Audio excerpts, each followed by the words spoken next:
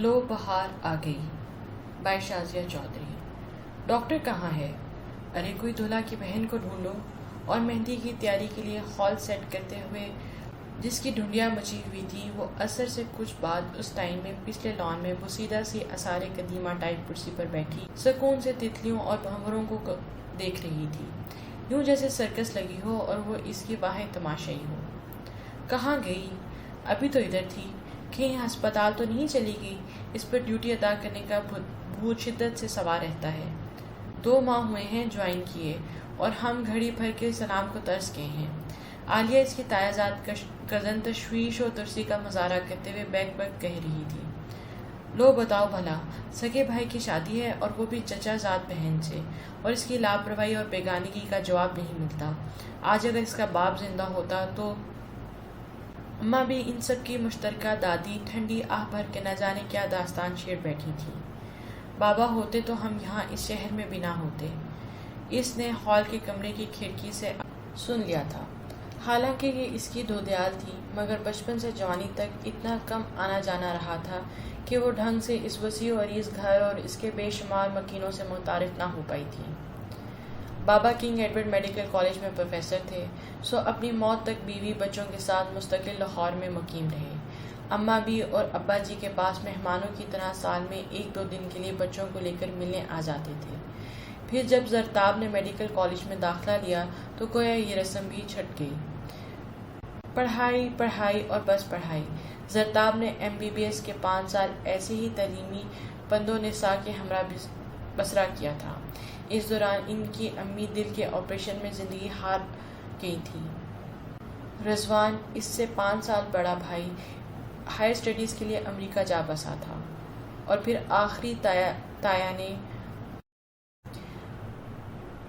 آخری تازیانے کے طور پہ بابا ایکسیڈنٹ میں جاں بحق ہو گئے۔ 6 ماہ پہلے کا وہ حادثہ اس کی زندگی کا عظیم ترین سانحہ تھا۔ رضوان امریکہ سے واپس آ گیا۔ اول تو وہ لاہور چھوڑ کر اماں بھی کے پاس آنے کو تیار ہی نہیں تھی۔ اسے اس گھر سے امی اور بابا کی خوشبو آتی تھی، مگر پھر رضوان کے سمجھانے بجھانے اور ابا جی کی شفقت و حلاوت پر ان کے ساتھ آ گئی۔ لاہور میں اب اس کا تھا بھی کون؟ 3 ماہ پہلے وہ اور رضوان یہاں آئے تھے۔ رضوان کی بات سمن سے طے تھی۔ اماں بھی نے اسے شادی میں بدلنے میں دیر نہیں لگائی۔ کیا خبر کب رضوان کا موڈ بدلتا اور وہ پردیس اتھار جاتا۔ اس کے قدموں کے لیے زنانی زنجیر کا اہتمام کرنا ضروری تھا۔ وہ تو زرتاب کو بھی لگام ڈالنے کے لیے بے تاب تھی، مگر وہ منع کر چکی تھی۔ چونکہ اسے ابا جی کی پشت پناہی حاصل تھی، اس لیے اماں بھی نے اپنے ارادوں میں کامیاب نہ ہو سکیں۔ اس نے سرکاری ہسپتال میں جاب شروع کر دی۔ بات سنیے، آپ زرتاب ہیں یا ان کو جانتی ہیں؟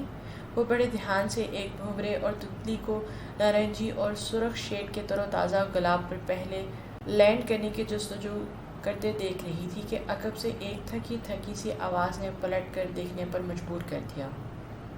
وہ سیاہ شلوار قمیض میں تھا۔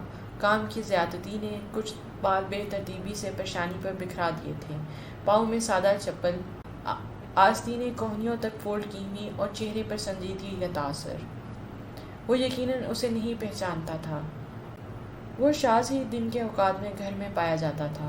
کہیں اس پر نظر پڑی بھی ہوگی تو گھر کے مکینوں کے میل ملاپ کے لوگوں یا مہمانوں میں بے شمار کرتے ہوئے دھیان دینے کی زحمت نہ کی ہوگی، لیکن زرتاب نے اسے دیکھ کر پہچان گئی تھی کہ وہ کون ہو سکتا ہے۔ کافی سال پہلے جب رضوان اپنے والد کے ساتھ اپنے پرانے قصبے میں اپنی آبائی حویلی میں دادا دادی سے ملنے گیا تھا تو اس نے واپس آ کر بہن کو بتایا تھا۔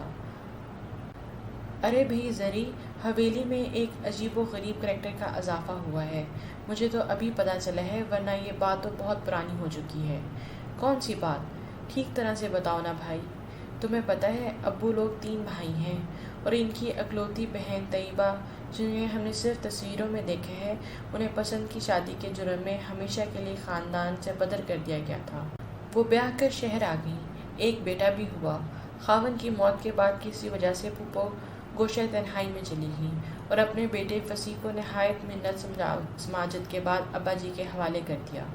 ابا جی نے صرف اس صورت میں اسے گھر میں رکھنا قبول کیا کہ وہ ہمارے خاندان کا تعارف نہیں بنے گا، حویلی کے ملازمین کی طرح رہے گا۔ سو یہی ہو رہا ہے۔ بیچارہ سیدھا سادہ کم کو بندہ ہے۔ چچی اور تائی امی اور اماں جی کا رویہ خاصا سرد اور سپاٹ ہے۔ اماں جی کہتی ہیں کہ اسے دیکھ کر ان کے زخم گہرے ہو جاتے ہیں۔ اس کے چال باز اور مکار باپ نے ان کی پھولوں جیسی بیٹی کو کانٹوں پر رول دیا۔ کزنز بھی زیادہ لفٹ نہیں کراتے۔ اصل میں وہ بندہ خود ہی پس منظر میں رہنے کا عادی ہے، خاموش، تنہا اور بور۔ عباد بھائی کہتے ہیں کہ فصیح کی 2 منٹ کی قربت بندے کو حلق تک بیزار اور بور کر دیتی ہے۔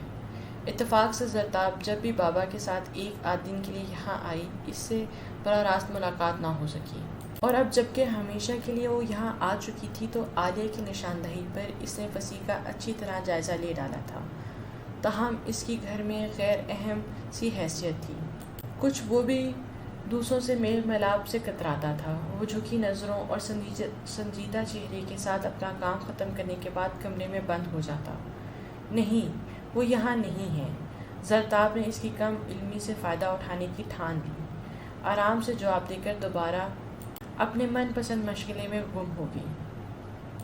بھنورا نارنجی اور سرخ شیڈ کے پھول پر قبضہ کرنے میں کامیاب ہو چکا تھا۔ تتلی گلابی رنگ کے پھول پر منڈلانے لگی۔ کہاں مل سکیں گی؟ ہال میں سب انہیں بلا رہے ہیں۔ وہ اس کی طرف دیکھنے لگا۔ کافی دن ہو گئے تھے اس لڑکی کو گھر میں چلتے پھرتے دیکھتے ہوئے۔ نہ کسی نے زحمت کی تھی اور نہ خود اس کی ہمت ہوئی تھی کہ کسی سے پوچھنے کہ آخر وہ کس رشتے سے اپنے اتنے استحقاق سے یہاں رہ رہی ہے۔ وہ بہت سکون سے پھولوں کے تختے پر نظریں جمائے خدا جانے کیا تلاش کر رہی تھی۔ اس سے پہلے کہ زرتاب کوئی جواب دیتی، پیچھے سے عالیہ کی جھنجھلاتی آواز کان میں پڑی۔ زرتاب، حد ہو گئی بھائی، تم یہاں بیٹھی ہو، پورا گھر چھان مارا ہم نے۔ میں آ رہی تھی، وہ دھیرے سے کہہ کر فصیح کی طرف دیکھنے لگی اور اگلے ہی لمحے شرمندگی میں ڈوب گئی۔ اس نے نچلا ہونٹ دانتوں تلے دبا لیا۔ فصیح کی شاکی نظر نے اسے نادم کر ڈالا تھا۔ وہ مڑا اور اندر کی طرف بڑھ گیا۔ عالیہ فل اسپیڈ میں اسے ملامت کر رہی تھی۔ اکلوتے بھائی کی شادی ہے اور اتنی بددلی، توبہ ہے، یہ بات نہیں ہے۔ وہ منمنا کر صفائیاں دینے لگی۔ حقیقت یہ تھی کہ صبح سے بلے بھلے بے ٹور پنجاب بندی اور شگنا دی مہندی والے گانوں کی کورس میں پریکٹس سن سن کر وہ نیم پاگل ہو گئی تھی۔ لڑکیاں مقابلے کے لیے ہر خامی پر قابو پانا چاہتی تھیں، اس سے بار بار گلے پھاڑے جا رہی تھیں۔ چل کر تیار ہو جاؤ، اماں بی نے اپنی پسند سے تمہارا جوڑا بنایا ہے۔ انہیں پتہ تھا کہ تم پر چھوڑا تو اٹھا لاؤ گی پھر کوئی کاٹن قالین۔ وہ عالیہ کے ساتھ چلتی ہوئی سعادت مندی سے اس کی ڈانٹ ڈپٹ سن رہی تھی۔ دوستی اس اسٹیج پر تھی جہاں اطراف سے برسنے والے پتھر بھی پھول سمجھ کر وصول کیے جاتے ہیں۔ جیسے باقی کزنز ہیں، وہ بھی انہی کی طرح تھا۔ مجھے اس طرح نہیں کرنا چاہیے تھا۔ اس کا احساس دل فصیح کی شاکی نظروں میں الجھ گیا۔ سادہ دل، بے ضرر اور دھیمی طبیعت والے لوگ ہمیشہ دوسروں کی تفریح و تنقید کا نشانہ بنتے ہیں۔ ان سے سخت کلامی یا بد لحاظی کر کے کوئی شرمندگی محسوس ہوتی ہے۔ دوسرے بآسانی ان کے جذبات سے کھیل جاتے ہیں اور وہ جتا بھی نہیں پاتے۔ اسے چاہیے تھا کہ وہ اس کی غلط بیانی پر اپنی خفگی جتاتا، اسے شرمندہ کرتا، مگر اس نے کچھ بھی نہیں کہا تھا، فقط ایک بے ضرر سی شاکی نگاہ اور بس۔ اماں جی، آپ جانتی ہیں میں گھریلو معاملات میں بالکل اناڑی ہوں، اور پھر آپ سب جو ہیں انتظامات سنبھالنے والے۔ وہ صحت سے اماں بی کی ڈھیروں ناراضی کے جواب میں انہیں آرام کر رہی تھی، اور یہ سچ بھی تو تھا۔ اور ابا جی اپنی ساری توانائی رضوان کی شادی میں خرچ کر رہے تھے۔ رضوان گھر بھر کا پسندیدہ تھا۔ وہ اٹھ کر چچی کے پوشن میں آ گئی۔ شرمائی لہجائی سمن کے چہرے پر رنگوں کی بہار چھائی ہوئی تھی۔ وہ خود کو فضاؤں میں اڑتا محسوس کر رہی تھی۔ وہ زرتاب سے قرید کر رضوان کی باتیں پوچھتی اور سنتی رہتی تھی۔ واپس مرکزی پوشن یعنی ہال کی طرف آ گئی۔ کب آئیں گے؟ کیٹرنگ سروس والے آرڈر بھی دیا تھا، یوں ہی ہوا میں تیر چلا آئے ہو۔ چچی کے بڑے سپوت اور گھر کے سیکنڈ ان کمانڈ عباد بھائی درشتی سے فصیح سے مخاطب تھے۔ وہ کبھی بھی اس سے نرمی سے بات نہیں کر سکتے تھے۔ نہ جانے کیا پرخاش تھی کہ مخاطب ہوتے ہوئے ان کا لہجہ خود بخود رونت و خشنود سے لتھڑ جاتا تھا۔ جب کہا ہے تو آ بھی جائیں گے، آپ تسلی رکھیے عباد بھائی۔ نہ جانے کیوں زرتاب سے رہا نہ کیا۔ اس نے دیکھا فصیح یکسر خاموش تھا، نہ تائید نہ تردید۔ اس کی خاموشی نے زرتاب کو بولنے پر آمادہ کیا تھا۔ اسے عباد بھائی کا فرعونی لہجہ اتنا اچھا نہیں لگا تھا۔ اچھا، اور اگر موصوف بھول گئے ہوں تو؟ اس کے دفاعی لہجے نے عباد بھائی کو چونکا دیا۔ وہ ایک گہری نگاہ اس پر ڈال کر لہجہ بدل کر سوال کرنے لگے۔ میں اپنے کام اور اپنی اوقات نہیں بھولتا، آپ بے فکر ہو جائیں۔ وہ اسے مشکل میں پھنسا دیکھ کر جواباً بولا، لہجہ پرسکون اور دھیما تھا۔ اس لمحے نصیر نے کیٹرنگ سروس کے بھیجے ہوئے بندوں کی آمد کی اطلاع کی۔ وہ اللہ کا بندہ دیکھا میں نہ کہتا تھا قسم کا کوئی بھی جتاتا ہوا جملہ بولے بغیر خاموشی سے باہر نکل گیا۔ اسے اس کی اوقات یاد کراتے رہنا چاہیے۔ باغی ماں کی نشانی ہوں۔ عباد بھائی نخوت سے سر جھٹک کر آگے بڑھ گئے۔ زرتاب کے قدم زمین نے جکڑ لیے۔ گھر بھر کے رویوں نے بتا دیا تھا کہ فصیح کو ملازم سے کچھ ہی اوپر کا درجہ دیا گیا ہے اور اب اس کو یہی انداز اپنانے رہنا چاہیے، خاندانی روایات کے مطابق۔ شادی کے 5ویں دن ولیمہ ہوا۔ تائی کے لاڈلے سپوت خرم بھائی، ان کی بیگم اور چھوٹا بچہ یاسر پریپ کلاس کے پرچے دے رہا تھا، اس وجہ سے وہ شادی پر نہیں آ سکے تھے۔ البتہ ولیمے پر ان کی شمولیت یقینی بنانے کے لیے تاریخ آگے بڑھا دی گئی تھی۔ پرسوں اس کے امتحان ختم ہوئے تھے اور وہ آج پاکستان پہنچ گئے تھے۔ ولیمے کی تقریب گھر میں ہی منعقد کی گئی تھی۔ مہمان دوپہر کے کھانے پہ بلائے گئے تھے اور شام کی چائے کے بعد واپس بھیجے جانے تھے۔ زرتاب بی بی، آپ اس وقت بھی ہیں یا نہیں، اور اگر ہیں تو جا کر فون سن لیجیے۔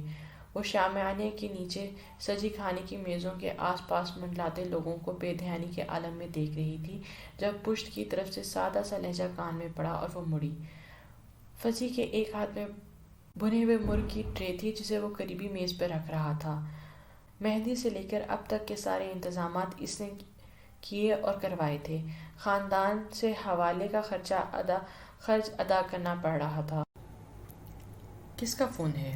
وہ یوں ہی مخاطب ہو گئی۔ آپ کے ہاسپٹل سے ہے۔ زرتاب کے قدموں کی رفتار تیز ہو گئی اور وہی ہوا جو اس کے ذہن میں تھا۔ وہ واپس پنڈال میں آئی اور اماں بھی کو تلاش کرنے لگی۔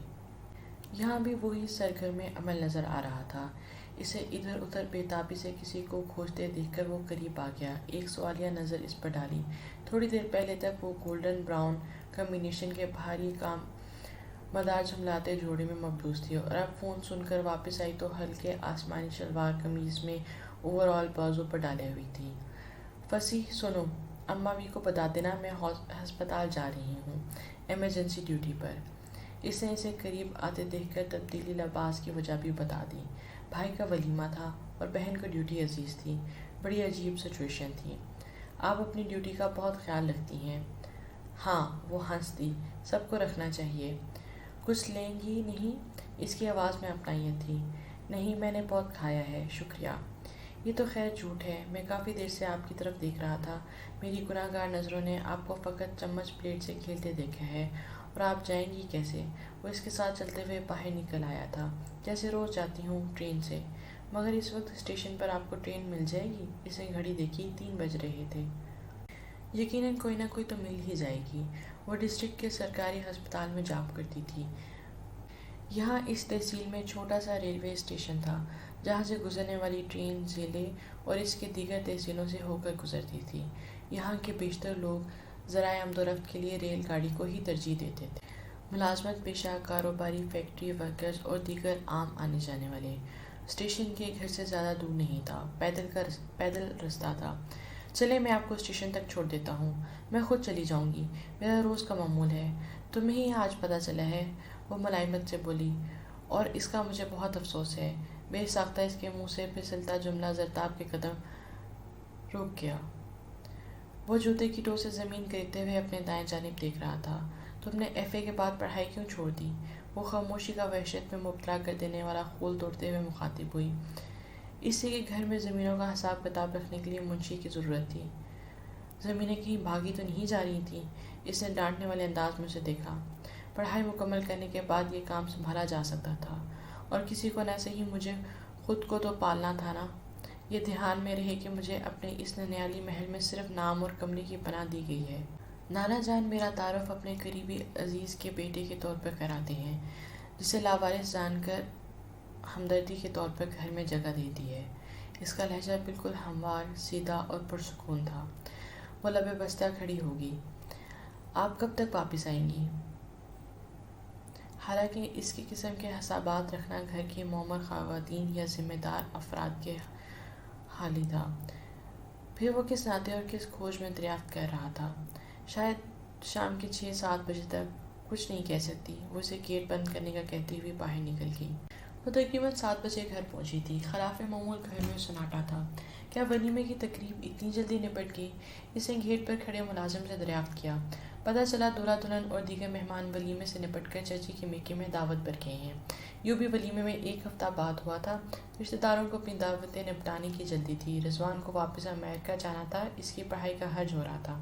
آپ کے لیے اماں ابی کا پیغام ہے کہ تیار ہو کر فوراً ادھر پہنچ جائیں۔ وہ نیم دلی سے سر ہلا کر مرکزی پوشن کی طرف آ گئی۔ سٹنگ روم میں 7 واٹ کا ہلکا سا بلب روشن تھا۔ گھر کی زیادہ تر لائٹس آف تھیں۔ سٹنگ روم اور کچن ملحقہ تھا۔ 6 کرسیوں کی میز، صوفہ کم بیڈ، ایزی چیئر اور صوفہ چیئر کے علاوہ فریج اور ڈیپ فریزر یہیں سیٹ کیے گئے تھے۔ کوکنگ رینج کے دائیں بائیں وسیع اور عریض کاؤنٹر تھا اور عین اوپر کراکری کے لیے شیلف بنائے گئے تھے۔ وہ تک کی ہاری آتی ہی صوفے کم بیڈ پر گر گئی۔ پپوٹے مسلتے ہوئے اس نے ایک ہاتھ سے دوپٹہ کھینچ کر ایزی چیئر پر اچھالا، پھر سفید اوور آل اتار کر ایک طرف ڈالا اور جسم کا کھچاؤ دور کرنے کے لیے ایک بھرپور انگڑائی لے کر دم سے صوفے پر دراز ہو گئی۔ چچی کے میکے تو جانا پڑے گا، وہ ارد گرد کے ماحول پر نگاہ دوڑاتے ہوئے سوچ رہی تھی۔ وہی تضاد، جبری مسکراہٹ اور پرتکلف گپ شپ۔ اس کا جی اب اٹھ گیا تھا۔ یوں ہی سامنے دیکھا اور وہ دوسرے لمحے جیسے اس کا سانس رکنے لگا۔ وہ کوکنگ رینج کے پاس کھڑا تھا۔ وہ تڑپ کر اٹھ بیٹھی اور جھٹ سے دوپٹے کی طرف ہاتھ بڑھایا۔ کیا میں اتنی اندھی ہو گئی تھی کہ 6 فٹ کا بندہ کھڑا نظر نہ آیا؟ اس کا چہرہ تپ کر سرخ انار ہو گیا تھا اور خجالت کہتی تھی کہ زمین شک ہو تو اس میں سما جائے۔ چائے پئیں گی آپ؟ وہ بڑے سکون سے کپ تھامے ادھر آ گیا۔ اتفاقاً ہی 2 کپ بن گئے۔ لیجیے نا۔ وہ اس کی شرمندگی دور کرنے کے لیے دانستہ انجان بن رہا تھا۔ نظر بھی محتاط اور جھکی ہوئی تھی، مگر زرداب کی بدحواسی کم نہ ہوئی۔ یہ میرا بیڈ روم تو نہیں تھا جو بلا جھجک آ کر گر گئی۔ کمرے میں داخل ہونے سے پہلے مجھے اطمینان کر لینا چاہیے تھا کہ اندر کوئی موجود ہے یا نہیں۔ کس چیز کی ڈاکٹر ہیں آپ؟ وہ اس کے مقابل صوفے چیئر پر بیٹھ گیا۔ عام سی ڈاکٹر ہوں، اسپیشلائز نہیں کیا ابھی۔ اس نے کپ تھام کر جھکی نظروں سے بھاپ اڑاتی چائے پر نگاہ جما دی۔ لہجہ بہت ہی مدھم اور کترایا ہوا تھا۔ آپ انیزی فیل نہ کریں، میں شرمندہ ہو رہا ہوں۔ مہمانوں کی بہتات کے پاس آج کل میرا ٹھکانہ یہی ہوتا ہے۔ اس لیے جب غلطی دنوں میں سے کسی کی نہیں تو شرمساری کیوں؟ آپ انیزی فیل نہ کریں، میں شرمندہ ہو رہا ہوں۔ مہمانوں کی بہتات کے باعث آج کل میرا ٹھکانہ یہی ہوتا ہے۔ اس لیے جب غلطی دونوں میں سے کسی کی نہیں تو شرمساری کیوں؟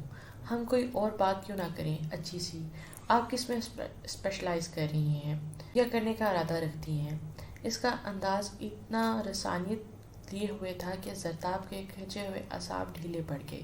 ابھی سوچا نہیں ہے۔ وہ چائے پینے لگی۔ دل کے امراض میں کر لیں۔ زرداب نے نظر اٹھا کر اس کی طرف دیکھا۔ اس کی آنکھیں شرارت سے چمک رہی تھیں۔ مجھے تمہارے مشوروں کی ضرورت نہیں۔ وہ اوور آل اٹھا کر اٹھ کھڑی ہوئی۔ ارے اب تو خفا ہو گئی اور چائے بھی نہیں پی۔ اس نے کب دیکھا جو آدھے سے زیادہ بھرا ہوا تھا۔ میں خفا نہیں ہوں، تھکی ہوں اور پھر ابھی چچی کے میکے بھی جانا ہے۔ وہ بے دلی سے قدم بڑھانے لگی۔ اگر آپ کا دل نہیں چاہ رہا تو مت جائیں۔ بہت سے کام ہمیں دل کی مرضی اور اجازت کے بغیر کرنے پڑتے ہیں۔ وہ مڑ کر ایک لحظے کو مسکرائی اور پھر باہر نکل گئی۔ پسی نے اپنا کپ خالی کر کے میز پر رکھا، پھر سائڈ ٹیبل پر رکھا زرداب کا کپ اٹھا کر چائے پینے لگا۔ زندگی کی سب سے خوبصورت حقیقت شادی ہے۔ مجھے تو اپنی اب تک گزری زندگی بیکار لگ رہی ہے۔ اصل رشتہ اور لطف تو شوہر کے دم سے ہے۔ 2 ہفتوں میں ہی رضوان زندگی سے بھی زیادہ عزیز ہو گئے ہیں۔ میری مانو تو تم لوگ بھی شادی کر لو اب۔ تو اپنا نمٹا، ہمیں رہنے دے۔ صدا کی منہ پھٹ عالیہ نے براؤن نقشی اور موتیوں کے کام سے بوجھل شرارے میں مبلوس سمن کو ایک جملے میں بھگتا دیا۔ سمن اٹھتے بیٹھتے شوہر اور شادی کے فوائد پر اہمیت پر لیکچر دیتی یہاں تک کہ انہیں حلق تک بیزار کر دیا تھا۔ زرتاب تو پھر لحاظ میں چپ رہتی تھی، مگر عالیہ صاف منہ پہ کہہ دیتی تھی، سمن بیچاری بھی کیا کرتی زندگی میں، پہلی مرتبہ خاندان والوں کے سامنے اہمیت ملی تھی، ڈینگے مارنا اس کا حق بنتا تھا۔ اسے اس کے حال پہ چھوڑ دو، یہ ان دنوں ہوش کھوئے ہوئے ہے۔ شروع میں تو سبھی کو خمار چڑھا ہوتا ہے، بعد میں پتہ لگ جاتا ہے آٹے دال کا بھاؤ۔ آغاز جانم جانو اور ڈارلنگ سے ہوتا ہے اور اختتام احمق، بے وقوف عورت، مصیبت اور جان کی دشمن سے۔ عالیہ نے استہزائیہ انداز میں زرتاب سے مخاطب ہوتی، شادی کیا ہوتی ہے؟ سمن بانس پر جا چڑھی تھی۔ شیخی دکھانے میں تو پہلے بھی کم نہیں، اب اور دھار لگ گئی تھی۔ مہرانی بنی سب کی دعوتیں بھگتا رہی تھی، چال میں نخرہ، انداز میں غرور، لہجے میں احساس برتری اور آواز میں نخوت رقص کرتی تھی۔ امیر کا پلٹ خوبرو جوان مرد بیاہ کے لایا تھا، آخر کوئی معمولی بات تو نہیں تھی اس کے نزدیک۔ عالیہ اس کی شوخی و تراری پہ ہنسا کرتی تھی، غریب کو پہلی مرتبہ کوئی نشان امتیاز ملا ہے، اب بھی بھڑکے نہ مارے بھلا، ویسے تو معاذ اللہ ہر میدان میں صفر رہی ہیں، ایف اے میں شاندار نمبروں سے فیل، گھریلو معاملات میں اناڑی، اور اب ایک دم اتنی خاص ہو گئی ہے۔ خاوند کا لاڈ پیار اور اماں ابا کی ناز برداریاں، نئی دلہن ہونے کے ناطے رشتہ داروں اور جاننے والوں کا ملنے کے لیے اشتیاق، اس کے لیے بدلی ہوئی فضا جنت سے کم نہیں ہے۔ تبھی تو اپنے سامنے کوئی نظر نہیں آ رہا، اتر آئے گی تھوڑے دنوں میں خوابوں کے آسمان سے۔ دبی دبائی گھریلو سی لڑکیاں شادی کے شروع کے دنوں میں اکثر مارے خوشی کے آپے میں نہیں رہا کرتی، بڑی عام سی بات ہے یہ۔ عالیہ ایسی ہی تھی، سدا کے صاف کو، حالانکہ مزاجاً زرتاب بھی اس جیسی تھی، لیکن وہ ظاہری اعتبار سے عالیہ سے مختلف تھی۔ بولنے سے پہلے تولنے کے کلیے پہ کاربند رہتی تھی۔ وہ اس بات کی قائل تھی کہ انسان کو موقع محل دیکھ کر بات کرنی چاہیے، بے موقع کی صاف کوئی بد لحاظی میں شمار ہونے لگتی ہے۔ کچھ وہ فطرتاً بھی نرم دل، مصلحت کوش اور امن پسند لڑکی واقع ہوئی تھی۔ وہ عالیہ پر رشک کرتی تھی جو اپنے احساسات کو کسی مصلحت کے زنجیر پہنائے بغیر زبان پر منتقل کر سکتی تھی۔ سمر ڈیئر، تم اپنی خوشی میں مست رہو، ہماری فکر چھوڑو، شادی ایک دن سب کی ہونی ہے، کچھ کی جلدی ہو جاتی ہے، کچھ کی دیر میں، اس میں اتنا اتالا ہونے کی کیا ضرورت ہے؟ اور اگر تم خواہ مخواہ بار بار ہماری شادیوں کا ذکر کر کے ہمیں احساس کمتری میں مبتلا کرنا چاہتی ہو، اطلاعاً عرض ہے کہ کم از کم مجھے اور زری کو تو تم جذباتی پھندا ڈال کر شکار نہیں کر سکو گی۔ ہم دونوں اپنی ایک واضح شناخت پا چکے ہیں، زندگی میں ایک مقام، ایک نام رکھتے ہیں، اور اپنا آپ منوانا یا مرتبہ حاصل کرنے کے لیے شوہر کے نام کی ضرورت نہیں ہے۔ عالیہ کے دو ٹوک جواب پر سمن بلبلا کر اٹھ کھڑی ہوئی۔ کیسی گھٹیا سوچ ہے تمہاری، میں ایسی تھوڑا سمجھتی ہوں۔ تو پھر یہ بہانے سے اپنی خوشگوار رومان پرور زندگی کی جھلک دکھلا کر ہماری بروقت شادیوں کا تذکرہ کرنے اور ہم پر ترس کھانے کی روٹین بند کرو۔ انسانوں کی طرح رہو۔ جذب و برداشت بھی کوئی چیز ہوا کرتی ہے، اتنا سا مرتبہ ہضم نہ ہوا، نیو یارک جاؤ گی تو شاید ہمیں دوسرے درجے کی مخلوق سمجھنے لگو گی۔ اس کے بھڑکنے کا عالیہ پر کوئی اثر نہیں ہوا، اس کا لہجہ بے نیازی لیے ہوئے تھا۔ سمن تلملا کر پیر پٹکنے لگی۔ زری، دیکھ رہی ہو اپنی لاڈلی دوست کے تیور، جلتی ہے یہ مجھ سے؟ جب عالیہ کے منہ کو نہ آ سکی تو نند کی امداد طلب کر لی۔ زرتاب بیچ میں پھنس کرے گی، عالیہ تمہاری بھی دوست ہے اور کزن ہے، چلو دونوں سیز فائر کر لو۔ عالیہ، تم شاید اپنا لیکچر تیار کرنے جا رہی تھی۔ عالیہ مقامی کالج میں لیکچرار تھی۔ زرتاب نے کسی طرح معاملہ رفع دفع کروایا۔ رضوان آج کل ویزے کے چکروں میں الجھا ہوا تھا، وہ ایک ہفتے بعد واپس جا رہا تھا، فی الوقت سمن کو ساتھ لے جانا ممکن نہیں تھا۔ اس کی اسٹڈیز مکمل ہونے میں 6 ماہ باقی تھے، پھر اس کے بعد جاب ڈھونڈنے اور سیٹل ہونے میں مزید وقت لگتا۔ رضوان نے فیصلہ کیا تھا کہ سمن کو ایک سال بعد اپنے پاس نیو یارک بلائے گا تاکہ اپنی فیملی کو سپورٹ کرنا مشکل نہ رہے۔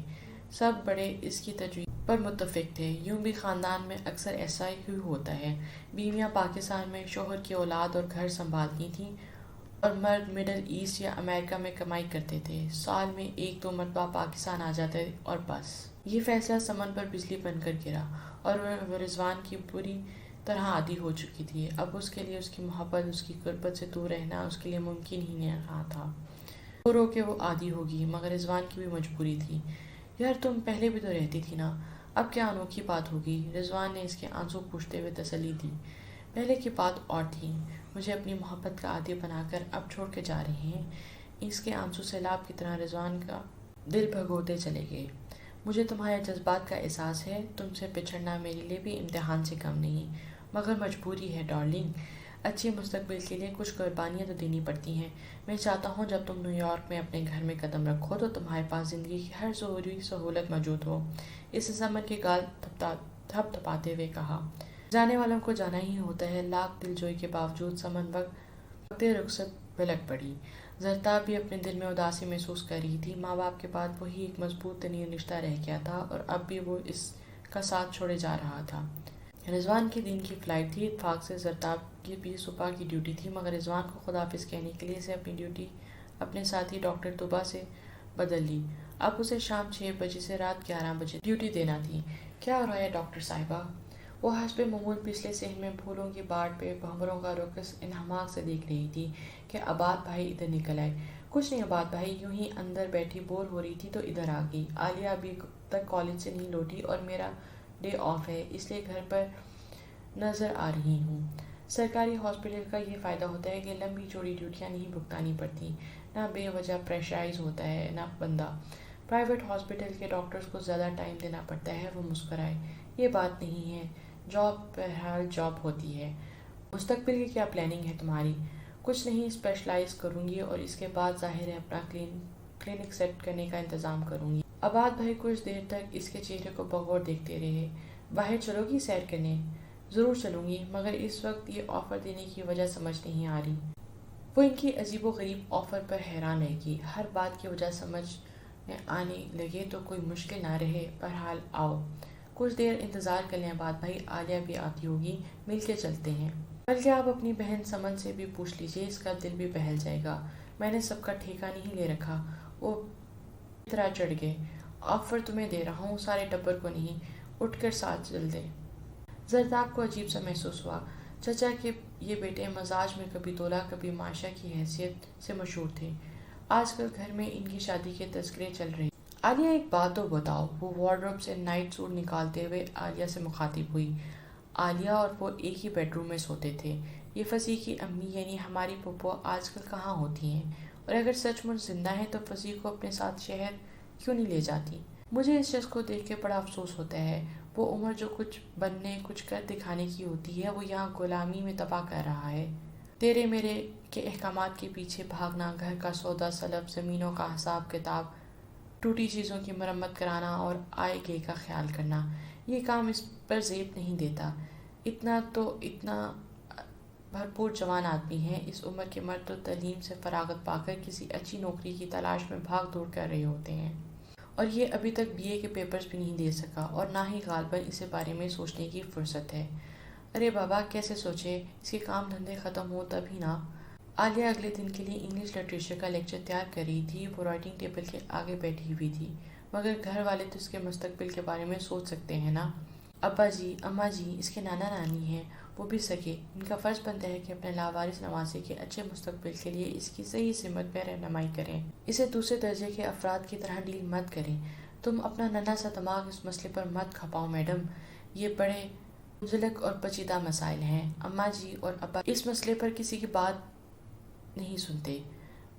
دیکھتی نہیں ہو دونوں کے رویے فصیح سے کس قدر تحقیر آمیز ہوتے ہیں۔ اماں جی تو صاف کہتی ہیں کہ اسے دیکھ کر اسے اپنی بیٹی کی بربادی کا نقشہ آنکھوں میں کھینچ جاتا ہے، اور ابا جی کا بس چلے تو اس کا خون پی جائیں۔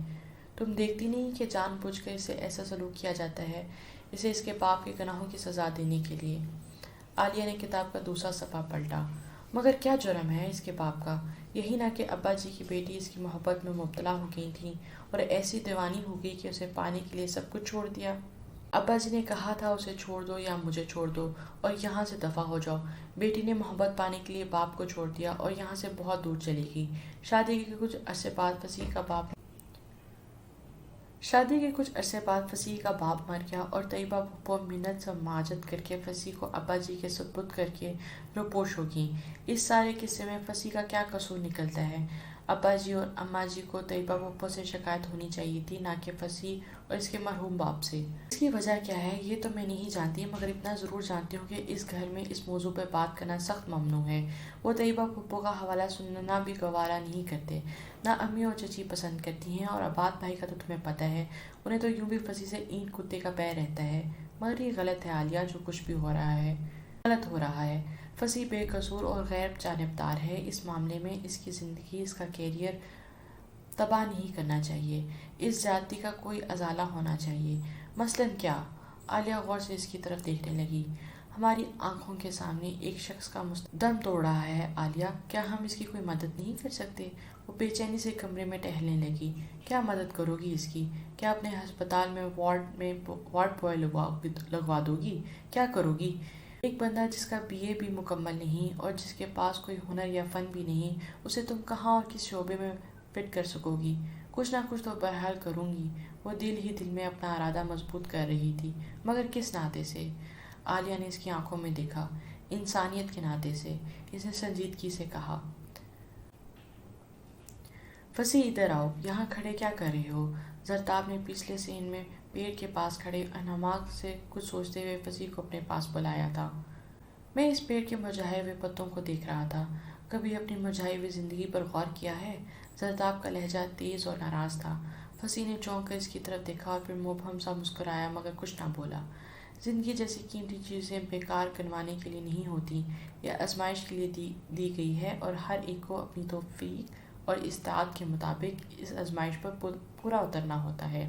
پھر تم کنارے پہ کیوں کھڑے ہو ابھی تک؟ پار اترنے کے لیے چھلانگ کیوں نہیں لگاتے؟ کیا سوچ کر خاموشی تان کر بیٹھے ہو؟ وہ اس کی ٹھیک ٹھاک کھچائی کرنے کے موڈ میں تھی۔ میری خاموشی ہی میری عافیت ہے زریاب بی بی، کاش آپ سمجھ سکیں۔ وہ کہیں دور دیکھ رہا تھا۔ میری مثال اس قیدی پرندے کی سی ہے جس نے خود کو باور کرا دیا ہے کہ اس کی پر ہی نہیں ہے، لہٰذا وہ اڑ نہ سکے، اس لیے وہ اپنے ساکم پروں کو پھڑپھڑانے کا رسک نہیں لیتا۔ مبادن ایسا کرنے کے بعد لمبی اڑان بھرنے کو جی مچل اٹھے اور وہ بے قابو ہو جائے۔ انسان جب تک صبر کرتا ہے سکھ میں رہتا ہے، صبر چھوڑ دو تو ایسی تڑپ جاگتی ہے کہ ایک ایک لمحہ گزارنا عذاب بن جاتا ہے، اور میں اس عذاب میں خود کو مبتلا نہیں کرنا چاہتا۔ ذرا اب دم بخود ہو کے رہ گئی۔ وہ تو سمجھ رہی تھی کہ وہ سطحی سوچ رکھتا ہے، گہرائیاں ناپنے کا فن نہیں جانتا، مگر وہ تو جانے زندگی کے کن پہنائیوں میں اتر کے سطح پر آیا تھا۔ جب اتنا سمجھتے ہو تو یہ بھی مان لو کہ انسان ڈوبے یا تیرے، اسے رزق تو بہرحال لینا پڑتا ہے۔ بھلا کنارے پہ کھڑے ہو کر کب تک دریا کا بہاؤ دیکھتے رہو گے، لہریں گنتے رہو گے؟ آپ مجھے یہ سہانی نصیحتیں نہ کریں ذرا بی بی۔ زندگی کے بارے میں سوچنا اور اسے خوش کن زاویے سے دیکھنا آپ کے لیے آسان ہے، مگر میرے لیے ازحد مشکل۔ آپ کا دماغ آزاد ہے، میری سوچیں بندھی ہوئی ہیں۔ آپ کے خیالوں پر کسی کا پہرا نہیں، میری ہر سانس مشروط ہے۔ وہ ہونٹ چبا رہا تھا۔ زرتاب مستبرانہ ہاتھ مسلنے لگی۔ آپ تو بس اچھی اچھی باتیں کیا کریں، اپنے جیسی نرم اور میٹھی۔ یخلخت وہ کھل کر مسکرا دیا اور باغور اس کی صورت دیکھنے لگا۔ تم سے کس نے کہا میں بہت نرم ہوں؟ ارے میں تو بڑی سخت اور روکھی پھیکی سی لڑکی ہوں۔ کس نے کہا؟ وہ بے اختیار بولا۔ میری نگاہ اور دل تو ایسا نہیں کہتے۔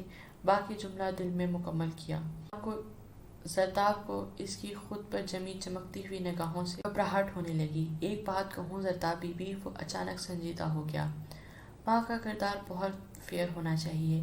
ایک عورت کو اپنا وقار، اپنی عزت اور اپنے شفاف کردار کا بہت زیادہ خیال رکھنا چاہیے، کیونکہ اس پر دھبا پڑے گا تو آنے والی نسلوں کا غرور، فخر بھی اس سیاہی کی نظر ہو جائے گا۔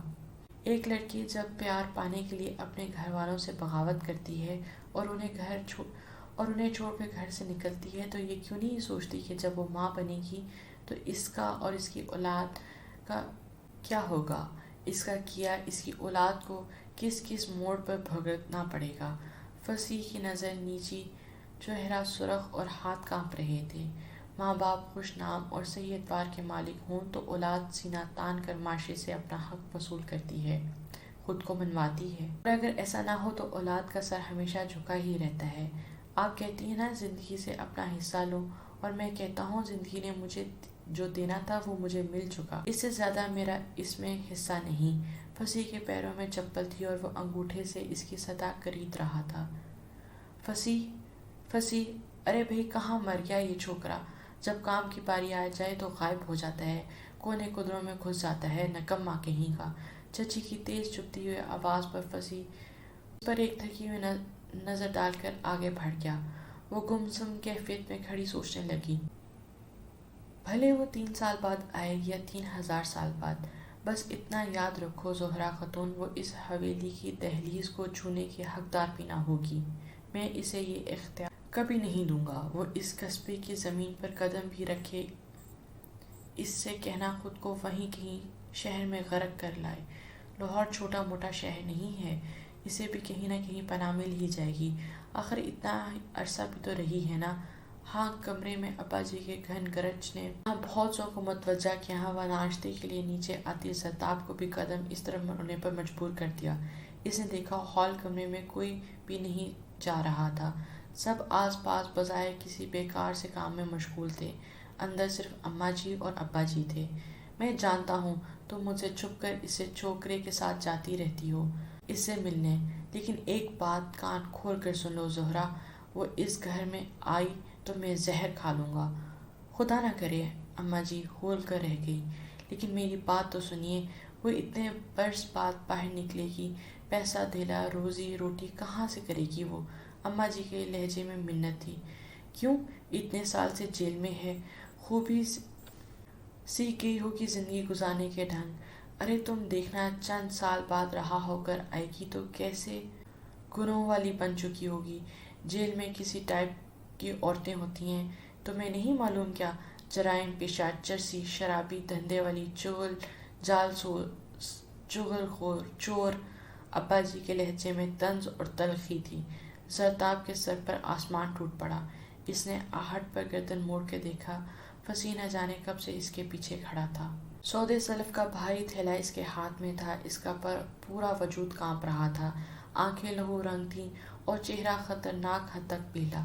اس نے اذیت کی تیز لہر کو دبانے کے لیے ہونٹ پینچھ رکھے تھے۔ زرتاب کو اس بدقسمت شخص پر جی بھر کے رحم آیا۔ تقدیر نے اس کے ساتھ کیا مذاق کیا تھا، غالباً وہ یہی بتانا چاہ رہا تھا۔ کل معاشرے نے مجھے جو کچھ دینا تھا دے دیا، اس سے زیادہ میرے لیے اور کچھ بھی نہیں ہے۔ زرتاب کے کانوں میں سائیں سائیں ہونے لگی تھی۔ عالیہ تم جانتی تھی یہ سب؟ اس نے موقع پاتے ہی اسے پکڑ لیا۔ قسم لے لو جو گھر میں کبھی اس کا ذکر ہو وہ ہکا بکا رہے گی۔ ہمیں تو یہی پتا تھا کہ طیبہ پھپھو کہیں روح پوش ہو گئی تھیں، اصل حقیقت سے امی اور چچی لوگ ہی واقف ہوں گے، اماں جی اور ابا جی کے علاوہ۔ لیکن وہ جیل کیوں گئیں، کس جرم میں، اور اتنے ڈھیر سارے سال؟ اوہ مائی گاڈ! اب وہ اس چکر میں تھی کہ فصیح سے سچ اگلوائے۔ کیا کریں گی آپ یہ سب کچھ جان کر؟ فصیح کا لہجہ سخت اور قدرے غصیلا تھا۔ کیا کروں گی؟ ارے بھائی وہ میری سکی پھپھو ہیں، ان کے ساتھ جو بیتی ہے اس کو جاننے کا مجھے پورا حق ہے، تاکہ سن کر میری بے بسی اور لاچاری کا مزید مذاق اڑا سکیں۔ وہ استہزائیہ گویا ہوا، اس کی آنکھیں سرخ ہو رہی تھیں اور چہرہ ستا ہوا تھا۔ شاید وہ یہ سب کچھ زرتاب سے چھپانا چاہتا تھا۔ شومئی قسمت کے ابا جی کی زبانی اس پر سب کچھ افشاں ہو گیا۔ پلیز فصیح مجھے بتاؤ، طیبہ پھپھو کے ساتھ کیا ہوا؟ پلیز مجھے اپنا ہمدرد سمجھو، اور ایک بات جان لو، تمہارا ماضی کچھ بھی رہا ہو، مگر یہ حقیقت ہے کہ تم ہم میں سے ہو۔ تمہاری عزت اور وقار اتنا ہی ہے جتنا کہ اس گھر کے کسی فرد کا۔ تم خود کو اس گھر سے، یہاں کے مکینوں سے الگ کیوں سمجھتے ہو؟ پلیز فصیح بتاؤ تاکہ صورتحال سمجھنے میں مدد ملے۔ کیا بتاؤں؟ وہ ہار کر بولا، میرے پاس بتانے کو کچھ بھی اچھا نہیں زرتاب بی بی۔ اب وہ اس کی طرف پشت کر چکا تھا۔ میرے والد کا اس دنیا میں کوئی نہیں تھا، وہ شہر میں رہتے تھے۔ آپ کی طیبہ پھپھو اس زمانے میں شہر سے ایف اے کر رہی تھیں۔ ابو ایک ہوٹل میں مینیجر تھے، کہیں اتفاق سے ان کی ملاقات ہو گئی اور پھر یہ ملاقات پسندیدگی میں بدل گئی۔ ابا جی نہیں مانے اور امی گھر چھوڑ کر ابو کے پاس آ گئیں، شادی ہو گئی، پھر میں پیدا ہوا۔ میں اس وقت 6-7 سال کا ہوں گا جب امی ابو کے جھگڑے انتہاؤں کو چھونے لگے۔ یہ جھگڑے تو شادی کے ابتدائی سال میں ہی شروع ہو گئے تھے، مگر اب مجھے ان کی سمجھ آنے لگی تھی۔ ایک دوسرے پر الزامات، تم نے مجھے تباہ کر دیا، تمہاری وجہ سے میری زندگی برباد ہوگی، تم ہی بھاگ کے آئی تھی میرے پاس، تم نے ورگلایا تھا مجھے، وغیرہ وغیرہ۔ پھر ابو کسی اور عورت میں دلچسپی لینے لگے، اسے دوسری شادی کی باتیں ہونے لگیں۔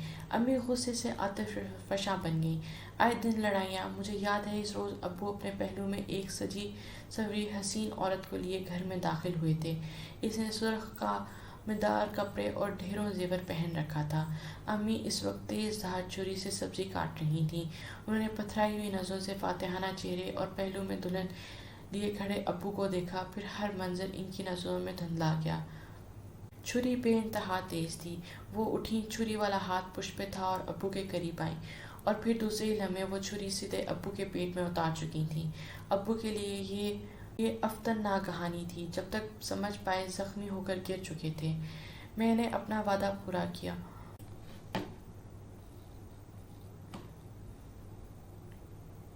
میں نے اپنا وعدہ پورا کیا ہے عبدالاحد۔ میں نے کہا تھا نا، میں ساری کشتیاں جلا کے تمہارے پاس آئی ہوں، واپسی کا ہر دروازہ بند کر کے۔ اگر تم نے مجھے دھوکا دیا تو میں تمہاری جان لے لوں گی، اور اس کی بھی جو میرا گھر برباد کرے گی۔ وہ وحشت کے عالم میں بول رہی تھی۔ وہ خاموش ہو گیا۔ پھر کیا ہوا؟ زرتاب نے جھرجھری لے کر پوچھا۔ پھر کیا؟ ابو موقع پہ دم توڑ گئے۔ وہ عورت تھانے چلی گئی، امی کو گرفتار کروا دیا، مقدمہ چلا، امی سے ان کے لواحقین کا پتہ لگ گیا تو انہوں نے جانے کیا سوچ کر اس حویلی کا ایڈریس دے دیا۔ ابا جی اور بڑے ماموں کو آنا پڑا۔ پیشی پر اماں جی اپنی بیٹی کو سلاخوں کے پیچھے دیکھ کر نیم پاگل سی ہو گئی تھیں۔ بڑے ماموں نے اونچا وکیل کروا کے امی کو سزائے موت سے تو بچا لیا، مگر عمر قید، ماں جرمانہ۔ بہرحال امی کا مقدر شہری جرمانہ ابا جی نے ادا کر دیا۔ بڑے ماموں کے اصرار، اماں جی کی آہوزاری اور چھوٹے ماموں کی رضامندی کے بعد ابا جی بادل نخواستہ مجھے جیل سے گھر لے آئے، ایک اور بڑی جیل میں، جہاں میرا جسم تو آزاد ہے مگر روح قید ہے۔ اس نے گہری سانس خارج کی تھی۔ وہ ابھی تک اس کی طرف پشت کیے کھڑا تھا۔ زرتاب دھیرے دھیرے چلتی اس کے سامنے آئی تو دھک سے رہ گئی۔ وہ اونچا، لمبا، کڑیل مرد آنسوؤں سے رو رہا تھا۔ تقدیر نے کیسی کاری وار کیا تھا اس پر۔ میں ہر ماہ ان سے ملنے جاتا ہوں۔ کبھی کبھار اماں جی بھی چھپ کر میرے ساتھ چلی جاتی ہیں۔ پچھلی ملاقات میں امی نے بتایا کہ ان کی اچھے چال چلن اور جیل میں عورتوں کو پڑھانے کے باعث جیل کے حکام نے ان کی سزا میں 2 سال کی تخفیف کر دی ہے، یعنی اب وہ 3 سال بعد رہا ہو جائیں گی۔ وہ دھیرے سے گالوں پر بہتے پانیوں کو ہتھیلی میں چن کر ایسے ہو گیا جیسے کبھی یہ دن موم ہوا ہی نہ ہو۔ میں تو کہتا ہوں کیا ضرورت ہے رہا ہو کے آنے کی، وہیں رہیں، اس دنیا میں اب ان کے لیے رکھا کیا ہے؟ وہ بے رحمی سے بولا۔ بہت بری بات ہے فصیح، تم اس درجہ مایوس اور بد دل کیوں ہو؟ آپ میری جگہ ہوتی تو میں آپ سے پوچھتا۔ وہ تلخی سے بولا۔ جانتے ہو تمہاری جگہ ہوتی تو کیا کرتی؟ وہ اس کے آنکھوں میں دیکھنے لگی۔ اس کے انداز میں ارادے کی شفاف چمک نمایاں ہوئی تھی۔ میں تمہاری جگہ ہوتی تو کبھی دنیا کی باتوں کی پرواہ نہ کرتی، بھلے وہ آپ کو ایک قاتلہ ماں اور ایک دھوکے باز عیاش باپ کی اولاد کہتی رہتی۔ وہ سرخ طنزیہ نگاہیں اس پر گاڑ کے بولا۔ کسی کے کہنے سے کیا ہوتا ہے؟ اصل بات اپنے ضمیر کے سامنے بہادری سے کھڑا ہونا ہے۔ اگر تم ضمیر کی عدالت میں قصوروار نہیں ہو تو دنیا سے ڈرنے یا ان سے چھپ کر پس منظر میں چلے جانے کی کوئی ضرورت نہیں۔ جب میں جانتی ہوں کہ میں نے غلط کام نہیں کیا اور میں کسی طرح مجرم بھی نہیں، تو میں دنیا کی باتوں کو سوچ کر اپنے دل کو تکلیف کیوں پہنچاؤں، بلکہ حوصلے کے ساتھ آگے دیکھوں گی۔ فصیح کے سوالیہ نگاہیں اس پر جمی رہیں۔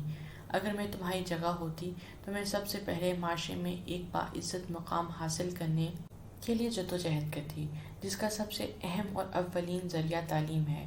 تعلیم مکمل کر کے ایک اچھی جاب کا حصول، اور بہت خوب۔ وہ ہر درجہ تلخی سے اس کی بات کاٹ کر گویا ہوا۔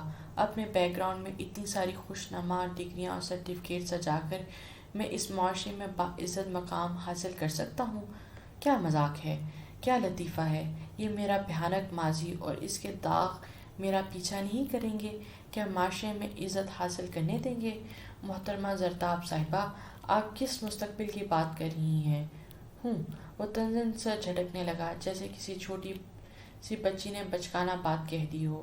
ٹھیک کہہ رہی ہوں، وہ زور سے چلائی۔ بہت کچھ ہوتا ہے اس دنیا میں، لیکن سب ریت پہ لکھا نقش ثابت ہوتا ہے، جو وقت کی اگلی ہی تیز لہر میں بہہ جاتا ہے۔ جب کس قابل بن جاؤ تو کوئی نہیں پوچھے گا کہ تم سے تمہارا بایو ڈیٹا، سب مرتبے اور طاقت کو سلام کرتے ہیں، اور اگر ایسا ہی ہے تو اس شہر میں نہ صحیح کسی دوسرے شہر میں جا کے جاب کر لو، وہاں گھر لے لو کرائے پر، امی جیل سے رہا ہو کر آئیں گی تو انہیں بھی خاموشی سے وہیں لے جانا اور نئے سرے سے زندگی شروع کرنا۔ کوئی تمہارا ماضی نہیں جان سکے گا جب تک تم خود منہ سے نہیں بتاؤ گے۔ وہ خاموش رہے گی۔ فضی بہت دیر تک مسمرائز ہو کر اس کی طرف دیکھتا رہا۔ وہ یک ٹک اسے دیکھتا ہوا جانے خیال کے کس گھوڑے پہ دوڑاتا ہوا بھاگا جا رہا تھا، اور اگر بہت دیر بعد اس نے آہستگی سے سوال کیا، اگر کسی جاننے والے سے آمنا سامنا ہو گیا تو؟ اس کے انداز سے واضح تھا کہ زرتاب کا آئیڈیا سیدھا اس کے دل کو لگا تھا۔ تو کیا ہوگا؟ وہ سخت لاپرواہی کے ملے جلے انداز میں بولی۔ تمہارا کیا خیال ہے؟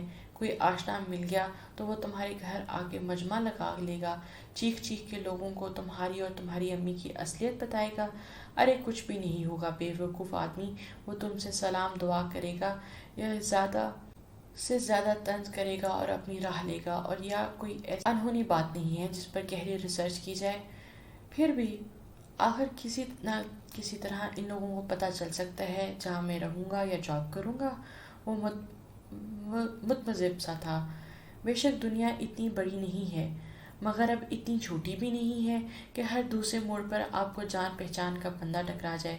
یہاں تو یہ حال ہے کہ بدنام زمانہ لوگ ایک محلے سے اٹھ کر دوسرے محلے میں جاتے ہیں تو اپنی نئی شناخت اور مقام بنا لیتے ہیں، اور لوگ بلا خیل و حجت کے اس پر یقین بھی کر لیتے ہیں، اور پھر تم تو شہر ہی بدل لوگے۔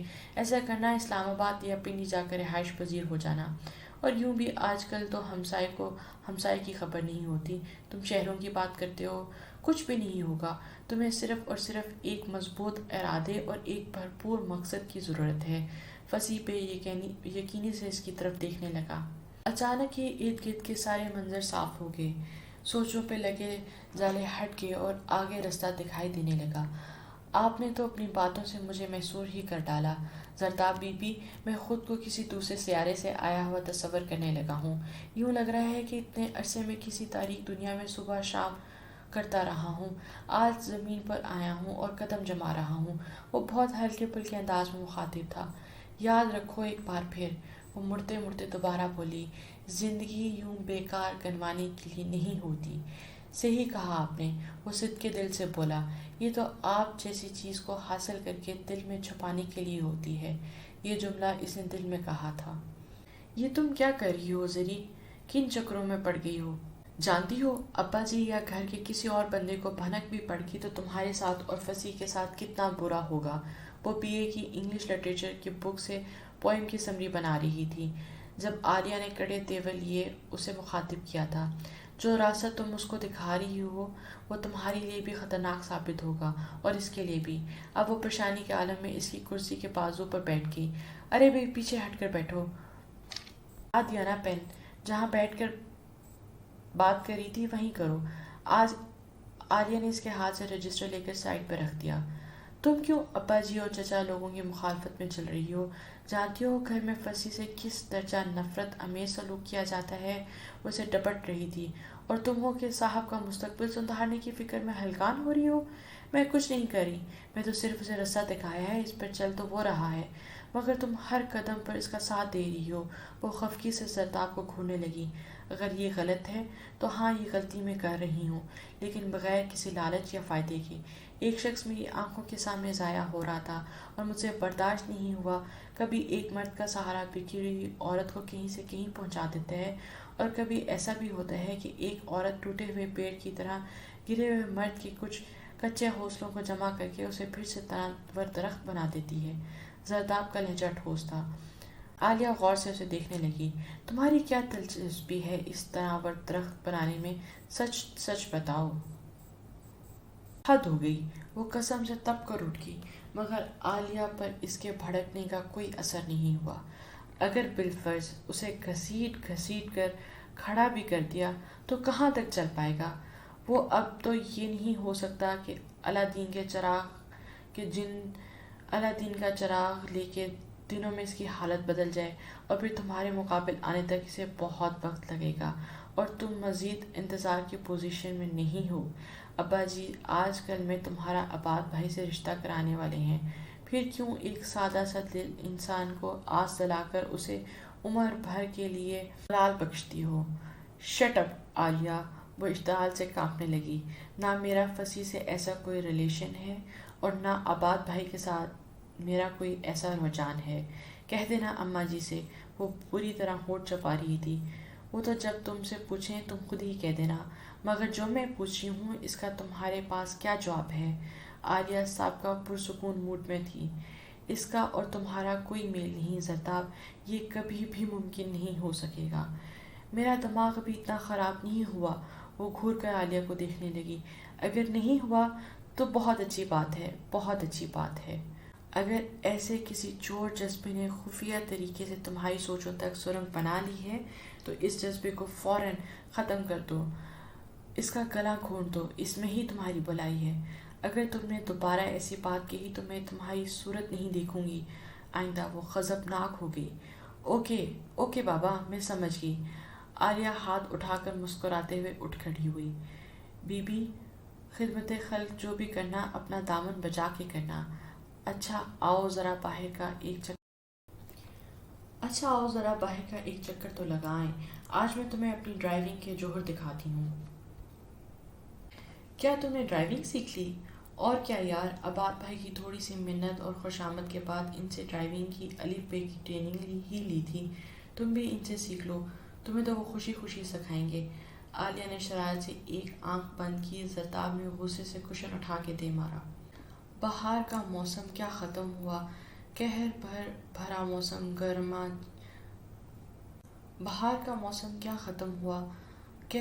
بھرا موسم گرما جان کو آ گیا۔ سردیاں قہر آلود ہوتی ہیں اور گرمیاں قہر آلود، کیا بات ہے بھئی؟ عالیہ کیما پیستے ہوئے خود ہی اپنی بات سے محظوظ ہوئی۔ وہ پسینے میں شرابور ہو رہی تھی۔ وہ جو تمہیں دیکھنے آ رہے ہیں، تمہارے یہ بھبکے ہوئے اڑتی ہوئی حالت دیکھ لیں تو شاید دروازے سے پلٹ جائیں۔ سمن نے ناک چڑھا کر عالیہ کو دیکھا۔ کیوں؟ کیا ان کے ہاں گرمیاں نہیں آئیں، یا انہوں نے کچن میں بھی اے سی لگوا کے رکھے ہیں؟ عالیہ تنک کر بولی۔ یہ تو اب تم انہی سے پوچھنا۔ بائی دا وے، چکا چک ٹرین سے آ رہے ہیں یا اپنی گاڑی استعمال کریں گے؟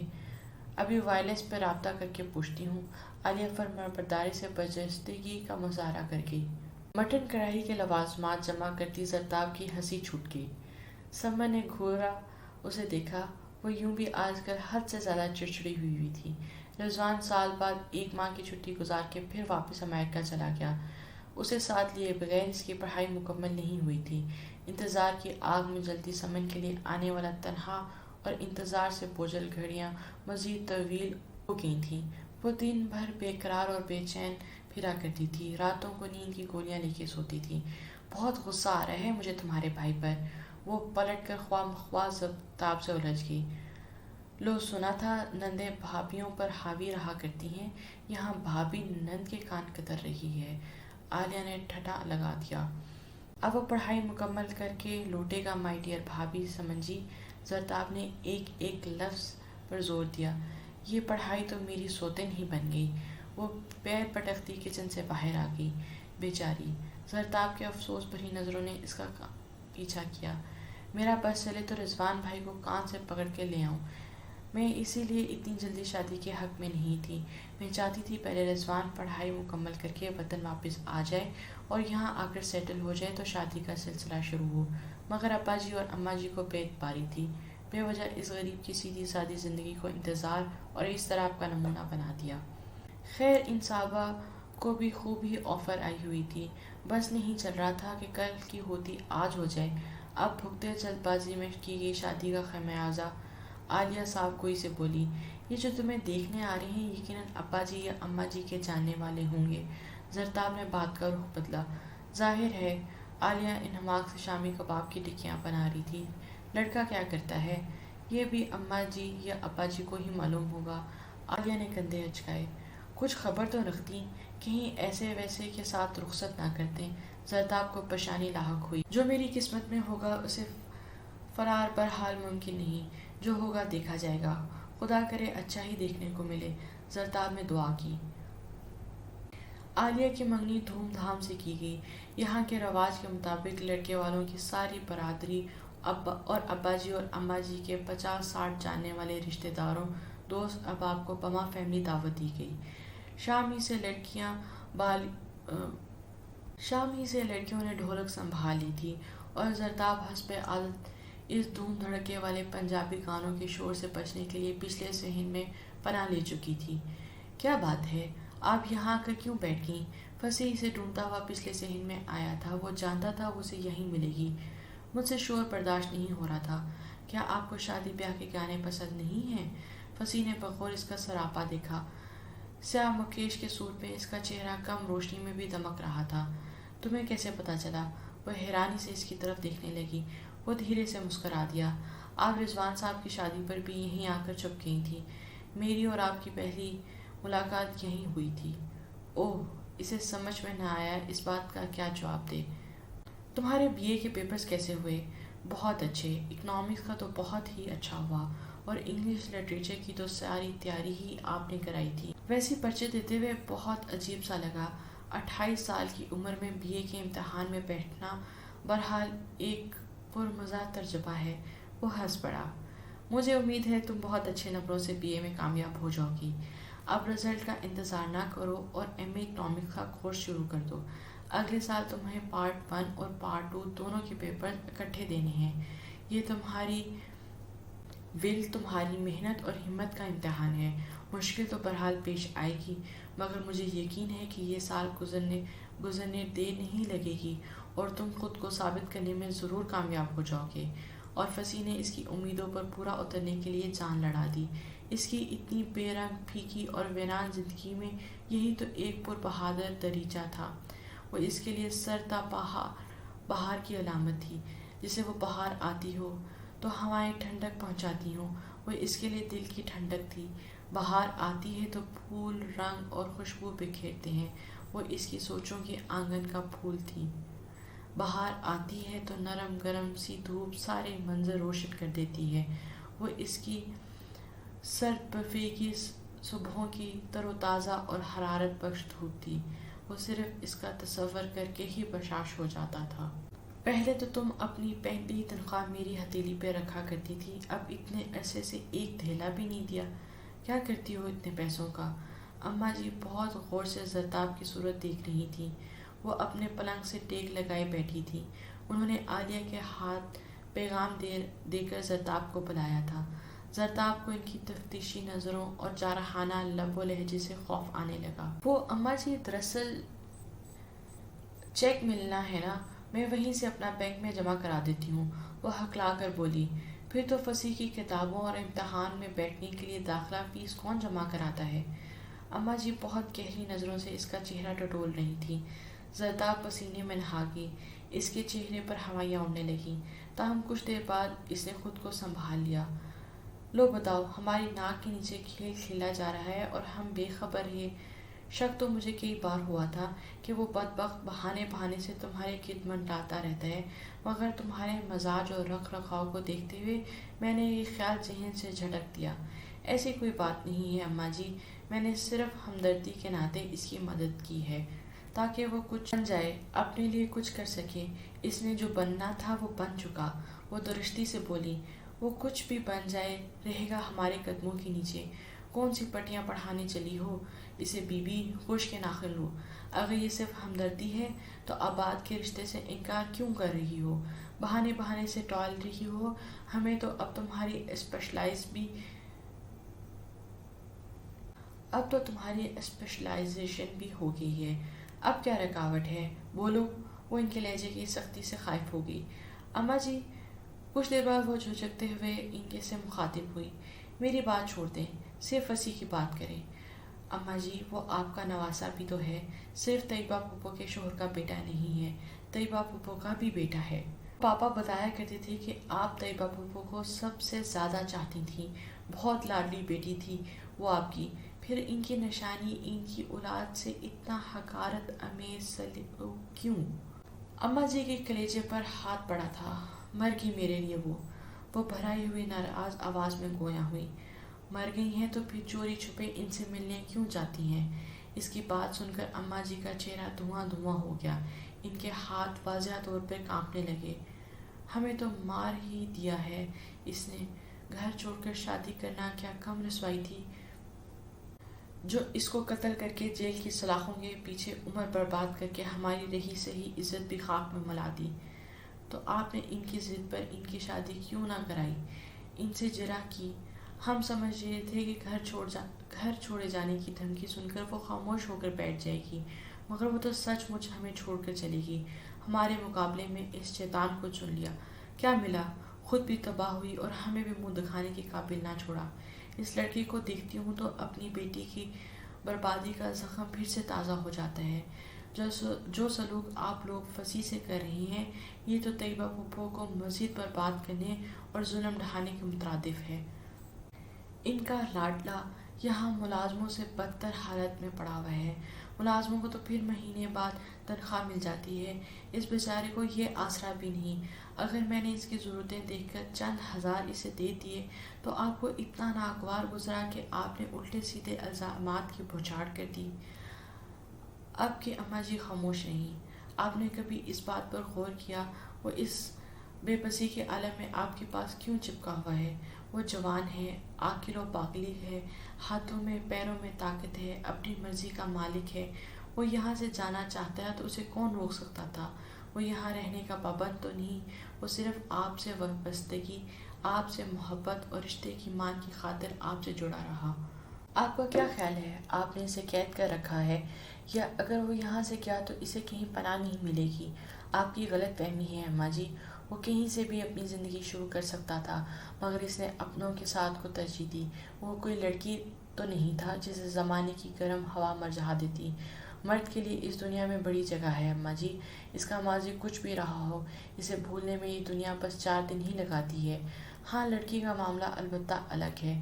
بہت بولتی ہو تم، بہرحال تم اس لڑکے کے معاملے میں دور ہی رہو تو بہتر ہوگا۔ خواہ مخواہ اپنے ابا جی کے عتاب کو دعوت نہ دو، اور آباد کے رشتے کے لیے پلیز اماں جی، رضوان کو تو آنے دیں، میرا ایک ہی تو بھائی ہے، اسے بھری دنیا میں کیا میری منگنی یا شادی اپنے سب قریبی خونی رشتوں کی غیر موجودگی میں ہو سکتی ہے؟ اس نے بہت سوچ سمجھ کر جذباتی بلیک میلنگ کا یہ نکتہ استعمال کیا، جو بہرحال کارگر ثابت ہوا۔ ٹھیک ہے، اب کہ رضوان آیا تو اس کے آتے ہی تمہارا فرض ادا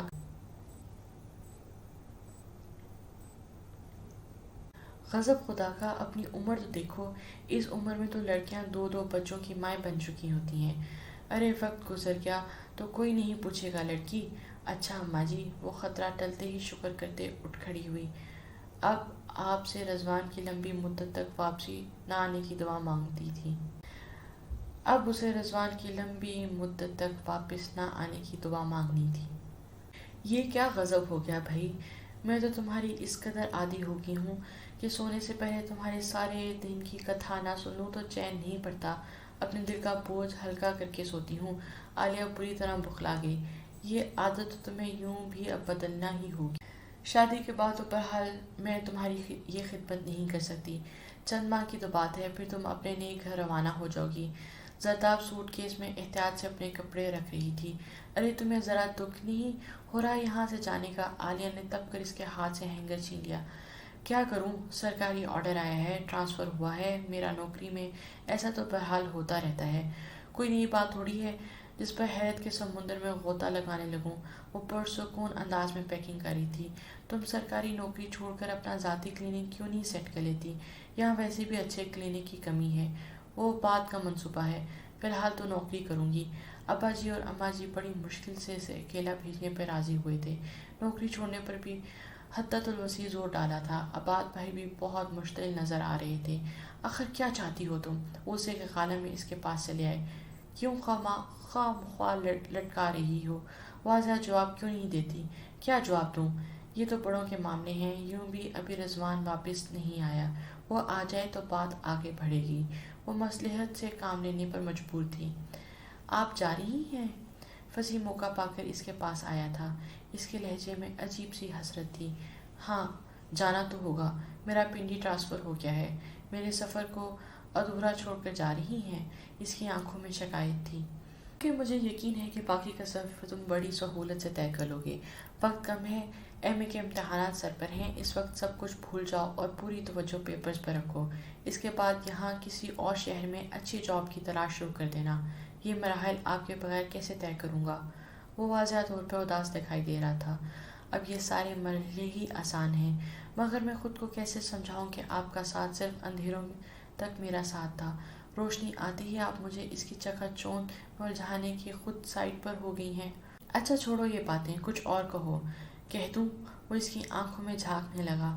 تم جو پل بھر کو ٹھہر جاؤ تو یہ لمحے بھی آنے والے کئی لمحوں کی مانت ہو جائے۔ تم جو ٹھہر جاؤ تو یہ رات مہتاب، یہ سبزہ، یہ گلاب اور ہم دونوں کے خواب، سب کے سب ایسے مبہم ہوں کہ حقیقت ہو جائیں۔ تم ٹھہر جاؤ کہ عنوان کی تصویر ہو تم۔ تم جو پل بھر کو ٹھہر جاؤ تو یہ لمحے بھی آنے والے کئی لمحوں کی امانت ہو جائیں۔ تم جو ٹھہر جاؤ، یہ رات، یہ مہتاب، یہ سبزہ، یہ گلاب اور ہم دونوں کے خواب، سب کے سب ایسے مبہم ہوں کہ حقیقت ہو جائیں۔ تم ٹھہر جاؤ کہ عنوان کی تصویر ہو تم۔ وہ براہ راست اس کی آنکھوں میں دیکھتے ہوئے پڑھ رہا تھا۔ زرتاب کا دل یوں کانپا جیسے شدید طوفان برپا ہو۔ تم سے تلخی اوقات کا موسم بدلے، رات تو کیا بدلے گی، حالات تو کیا بدلیں گے۔ تم جو ٹھہر جاؤ تو میری ذات کا موسم بدلے۔ مہرباں ہو کے نہ ٹھہرو، تم بھی یوں ٹھہرو جس پل بھر کو کوئی خواب نہ تمنا ٹھہرے، جس درویش مدح نویش کے پیالے میں کبھی ایک دو پل کے لیے تلخی دنیا ٹھہرے۔ تم ٹھہر جاؤ کہ مدارات کے مے خانے سے چلتے چلتے کوئی ایک آد صبح ہو جائے، اس سے پہلے کہ کوئی لمحہ آئندہ کا تیر اس طرح آئے کہ پیوست گل ہو جائے۔ پلیز وسیع، زرتاب نے بہت سنجیدگی اور خفگی سے قدم آگے بڑھا دیے۔ میں نے تو صرف ایک نظم سنائی ہے۔ وہ اندان سا بن کر سادگی سے وضاحت کرنے لگا۔ آپ کو کیا لگا؟ اس نے متبسم نگاہ اس پر ڈالی۔ کچھ نہیں، وہ خائف سی ہو کر بالکل باہر نکل گئی۔ پنڈی ٹرانسفر کے بعد اس کی زندگی بہت مصروف ہو گئی۔ وہ وہاں ہاسٹل میں رہتی تھی، اکثر 2 ہفتے بعد ویکینڈ پہ گھر آ جایا کرتی۔ وقت کچھ اور آگے سرکا۔ رضوان کو ابھی تک واپس آنے کی فرصت نہیں ملی تھی۔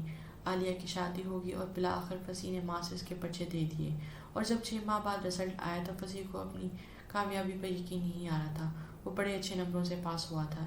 اسے آج اپنا آپ بہت مضبوط اور مکمل محسوس ہوا۔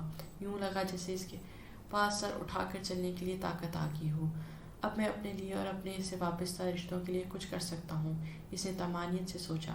زرتاب نے جانے سے پہلے کہا تھا، تمہاری جگہ یہاں نہیں ہے فصیح، تمہارا گھر وہ ہوگا جو تم اپنے لیے اور اپنی ماں کے لیے بناؤ گے۔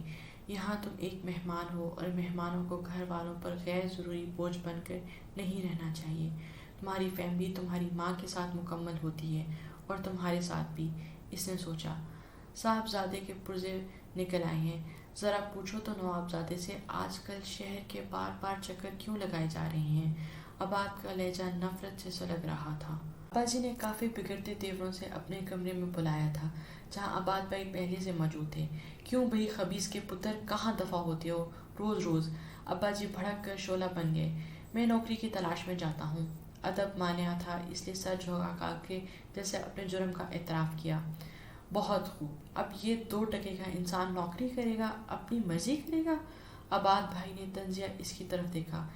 کس سے پوچھ کر تم یہ سب کر رہے ہو؟ ابا جی نے تان پیس کر کہا۔ وہ خاموش رہا۔ یہ جو تم ہماری نافرمانی کر کے اپنی ضد سے پرچے دی ہیں، یہ تمہارے لیے بہت ہیں، کافی ہیں۔ یہاں رہنا ہے تو پھر ہماری مرضی اور شرطوں کے مطابق رہنا ہوگا، ورنہ دفع ہو جاؤ یہاں سے۔ وہ بہت ناراضگی سے گویا ہوئے۔ تمہارے ذمہ جو کام لگائے ہیں وہ تمہاری نوکری ہے، ہمیشہ کے لیے، سمجھ گئے؟ عباد بھائی نے حقارت سے بولا۔ فصیح کو اپنا دل و دماغ ٹھنڈا رکھنے کے لیے بہت جدوجہد کرنی پڑی۔ جس تعلیم کو اتنی تاخیر سے حاصل کیا، اس کو استعمال میں لانا چاہتا ہوں۔ اس نے احترام محروز خاطر رکھتے ہوئے احتیاط سے اپنا مدعا بیان کیا۔ وہ چاہتا تو ضد یا ہٹ درمی سے بھی کام کر لے سکتا تھا، مگر وہ احسان فراموش نہیں کہلانا چاہتا تھا۔ کچھ بھی تھا، اس حویلی نے اسے اس وقت پناہ دی تھی جب وہ بھری دنیا میں اکیلا بھٹکنے کو تھا۔ گو کہ اس احسان کا تاوان وہ ابھی تک ادا کر رہا تھا۔ میں جانتا ہوں تمہارے منہ میں کس کی زبان بول رہی ہے۔ اس نے کچھ دن ترس کھا کر پڑھائی لکھائی کا سامان کر دیا، خود کو ہیرو سمجھنے لگے۔ ابا جی، میرا تو خیال ہے کہ اس کی زرتاب پر نیت خراب ہے۔ بھولی بھالی لڑکی کو اپنے جنگل میں پھنسا کر مجھ سے بدزن کرنا چاہتا ہے، اس لیے تو وہ مجھ سے شادی سے بدک رہی ہے۔ بس کریں عباد بھائی، وہ بری طرح پھٹ پڑا۔ اب بات اس کی برداشت سے باہر ہو گئی تھی۔ ایسے گھناؤنے الزام لگاتے ہوئے آپ کو شرم آنی چاہیے۔ اس کا چہرہ سرخ انگارہ ہو رہا تھا۔ میرے ساتھ بدتمیزی کرتے ہو؟ میں تمہارا خون پی جاؤں گا، گندی ماں کی گندی اولاد۔ وہ چنگھاڑتے ہوئے اس کے پاس آئی اور گریبان میں ہاتھ ڈال کر دوسرے ہاتھ سے زوردار تھپڑ لگانا چاہا، مگر ان کا ہاتھ ایک جھٹکے سے فصیح نے روک دیا۔ بس عباد بھائی، بہت ہو گیا، بہت سہ لیا آپ لوگوں کے طنز اور طعنوں کی مار، بہت لے لیا آپ نے میری برداشت کا امتحان۔ آپ نے کوئی جانور نہیں پالا تھا گھر میں، نہ میری ماں نے تاوان کی صورت میں مجھے آپ لوگوں کو سونپا تھا۔ ہر طرح کی برترین سلوک کا حقدار سمجھا جاتا ہے۔ ابا جی، اگر میری ماں کے گناہوں کا کفارہ پورا ہو گیا ہو اور آپ کے سینے میں ٹھنڈک پڑ گئی ہو تو مجھے اجازت دیجیے، میں یہاں سے جانا چاہتا ہوں۔ وہ عباد بھائی کا ہاتھ جھٹک کر پرے کر کے سرخ آنکھیں لیے ابا جی کے پاس آ گیا۔ اس کے لہجے میں درد تھا۔ تیری تو ہمارے ٹکڑوں پہ پلنے والا کتا! عباد بھائی کف اڑانے لگے۔ حیرت انگیز طور پر ابا جی ابھی تک خاموش کھڑے تھے، فصیح سلگتے ہوئے اعصاب لیے انہیں دیکھ رہا تھا۔ پھر اس نے وہاں سے نکلنے میں دیر نہیں لگائی۔ اس کی اگلی منزل پنڈی کا جنرل ہاسپٹل تھا، جہاں زرتاب ان دنوں تعینات تھی۔ اتفاق سے وہ ڈیوٹی آورز ہی میں اسے مل گئی۔ تم یہاں؟ وہ حیران تھی۔ یوں اچانک آ گئے؟ کیا نوکری ڈھونڈنے آئے ہو؟ اس کے لیے شاید اتنی جلدی نہ آتا، مگر اب حالات ایسے ہو گئے تھے کہ آنا ہی پڑا۔ وہ خود کو بہت حد تک پرسکون کر چکا تھا۔ تمام واقعات اس کے گوشوں کو آزار کرنے کے بعد وہ خاموش ہو گیا۔ یہاں کہاں رہو گے بسی، اور وہ بھی پیسوں کے بغیر؟ اس لیے آپ کے پاس آیا ہوں، مجھے کچھ رقم ادھار چاہیے، اتنی کہ جس سے ایک کمرہ کرائے پہ لے کر رہ سکوں، اور جب تک نوکری نہیں ملتی اپنے کھانے پینے اور رہنے کا بندوبست کر سکوں۔ کیوں نہیں؟ اس نے بیگ سے چیک بک نکال کر 10,000 کی رقم لکھی اور اسے چیک تھما دیا۔ مجھے یقین ہے بہت جلد تم یہ قرض لوٹانے کے قابل ہو جاؤ گے۔ وہ خوش دلی سے مسکرائی تھی۔ شکریہ، سفر اتنا سہل بھی نہیں تھا۔ 2 ماہ گزر گئے، جوتیاں چٹکتے، پھر تیسرا مہینہ بھی شروع ہو گیا، اور جب وہ مایوس ہونے لگا تو اچانک ہی قسمت مہربان ہوگی، اسے بلو ایریا میں ایک ٹریول ایجنسی میں ایک بہت اچھی جاب مل گئی۔ اس دن وہ بہت خوش تھا۔ خوشی سے دمکتا ہوا چہرہ لیے مٹھائی کے ڈبے سمیت وہ شام کو زرتاب کے ہاسٹل میں موجود تھا۔ یہ باوقار زندگی کی طرف جانے والا رستہ پہلا پڑاؤ ہے۔ ایسے بہت سے نئے موڑ، نئی منزلیں تمہاری منتظر ہوں گی، بس ہمت نہ ہارنا۔ اگر آپ جیسا کوئی ہمیں ہمت بندھانے والا مل جائے تو۔ اس نے اچانک اپنی زبان دانتوں تلے دبا لی۔ بہت زیادہ بولنے لگے ہو تم۔ وہ غصے سے گھور کر فصیح کو دیکھنے لگی۔ فصیح کا گھر چھوڑ کر جانا قصہ پرانا ہو چکا تھا۔ گھر میں جس نے بھی اس کے اچانک گھر سے جانے کی خبر سنی، اس نے اس عمل کو اپنی ماں کے نقش قدم پر چلنے سے عبارت کیا تھا۔ کچھ عرصے تک لعنت ملامت کرنے کے بعد اب سب ٹھنڈے ہو کے رہ گئے۔ کام کاج کے لیے ایک ادھیڑ ملازم رکھ لیا گیا۔ کسی کو اس کے جانے سے فرق نہیں پڑا، مگر اماں جی بہت گمسم ہو کے رہ گئی تھیں۔ طیبہ کی امانت تھا وہ ہمارے پاس، اسے کیسے جانے دیا؟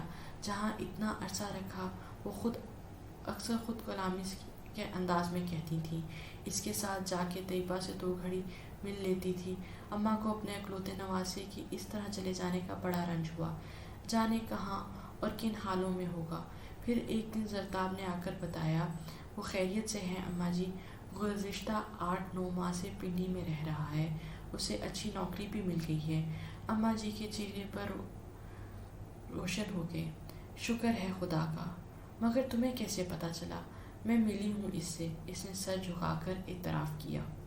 وہ کچھ دیر اسے دیکھتی رہی، غالباً اس کی شکل سے بات کی گہرائی تک پہنچنا چاہ رہی ہوں۔ پھر ایک گہری سانس لے کر وہ بولی، رضوان ماہ بعد آ رہا ہے، اس کے آتے ہی تمہاری شادی ہو جائے گی۔ وہ تھوڑی نیچے کر کے کسی گہری سوچ میں گم ہو گئی۔ وہ سوچ رہی تھی کہ رضوان کو گھر سے فون کرے یا باہر پیسیوں سے۔ رضوان امریکہ میں پلا بڑھا تھا، آزادی رائے کا قائل تھا۔ اس نے بڑے تحمل سے ساری بات سنی۔ تم فکر نہیں کرو، تمہاری مرضی کے بغیر کچھ نہیں ہوگا، اور شادی بیاہ زبردستی کے سودے نہیں ہوا کرتے۔ زرتاب نے سکون کا سانس لیتے ہوئے ریسیور رکھا تھا۔ ابا جی، بے شک آپ ہمارے برزوق ہیں، آپ کو ہر فیصلے کا حق ہے، مگر اس فیصلے میں فریقین کی مرضی بھی شامل ہونی چاہیے۔ رضوان بہت ٹھوس دلائل، اعتماد اور سکون کے ساتھ ابا جی کے ہر سوال اور غسیل تیوروں کا جواب دے رہا تھا۔ وہ پرسوں امریکہ سے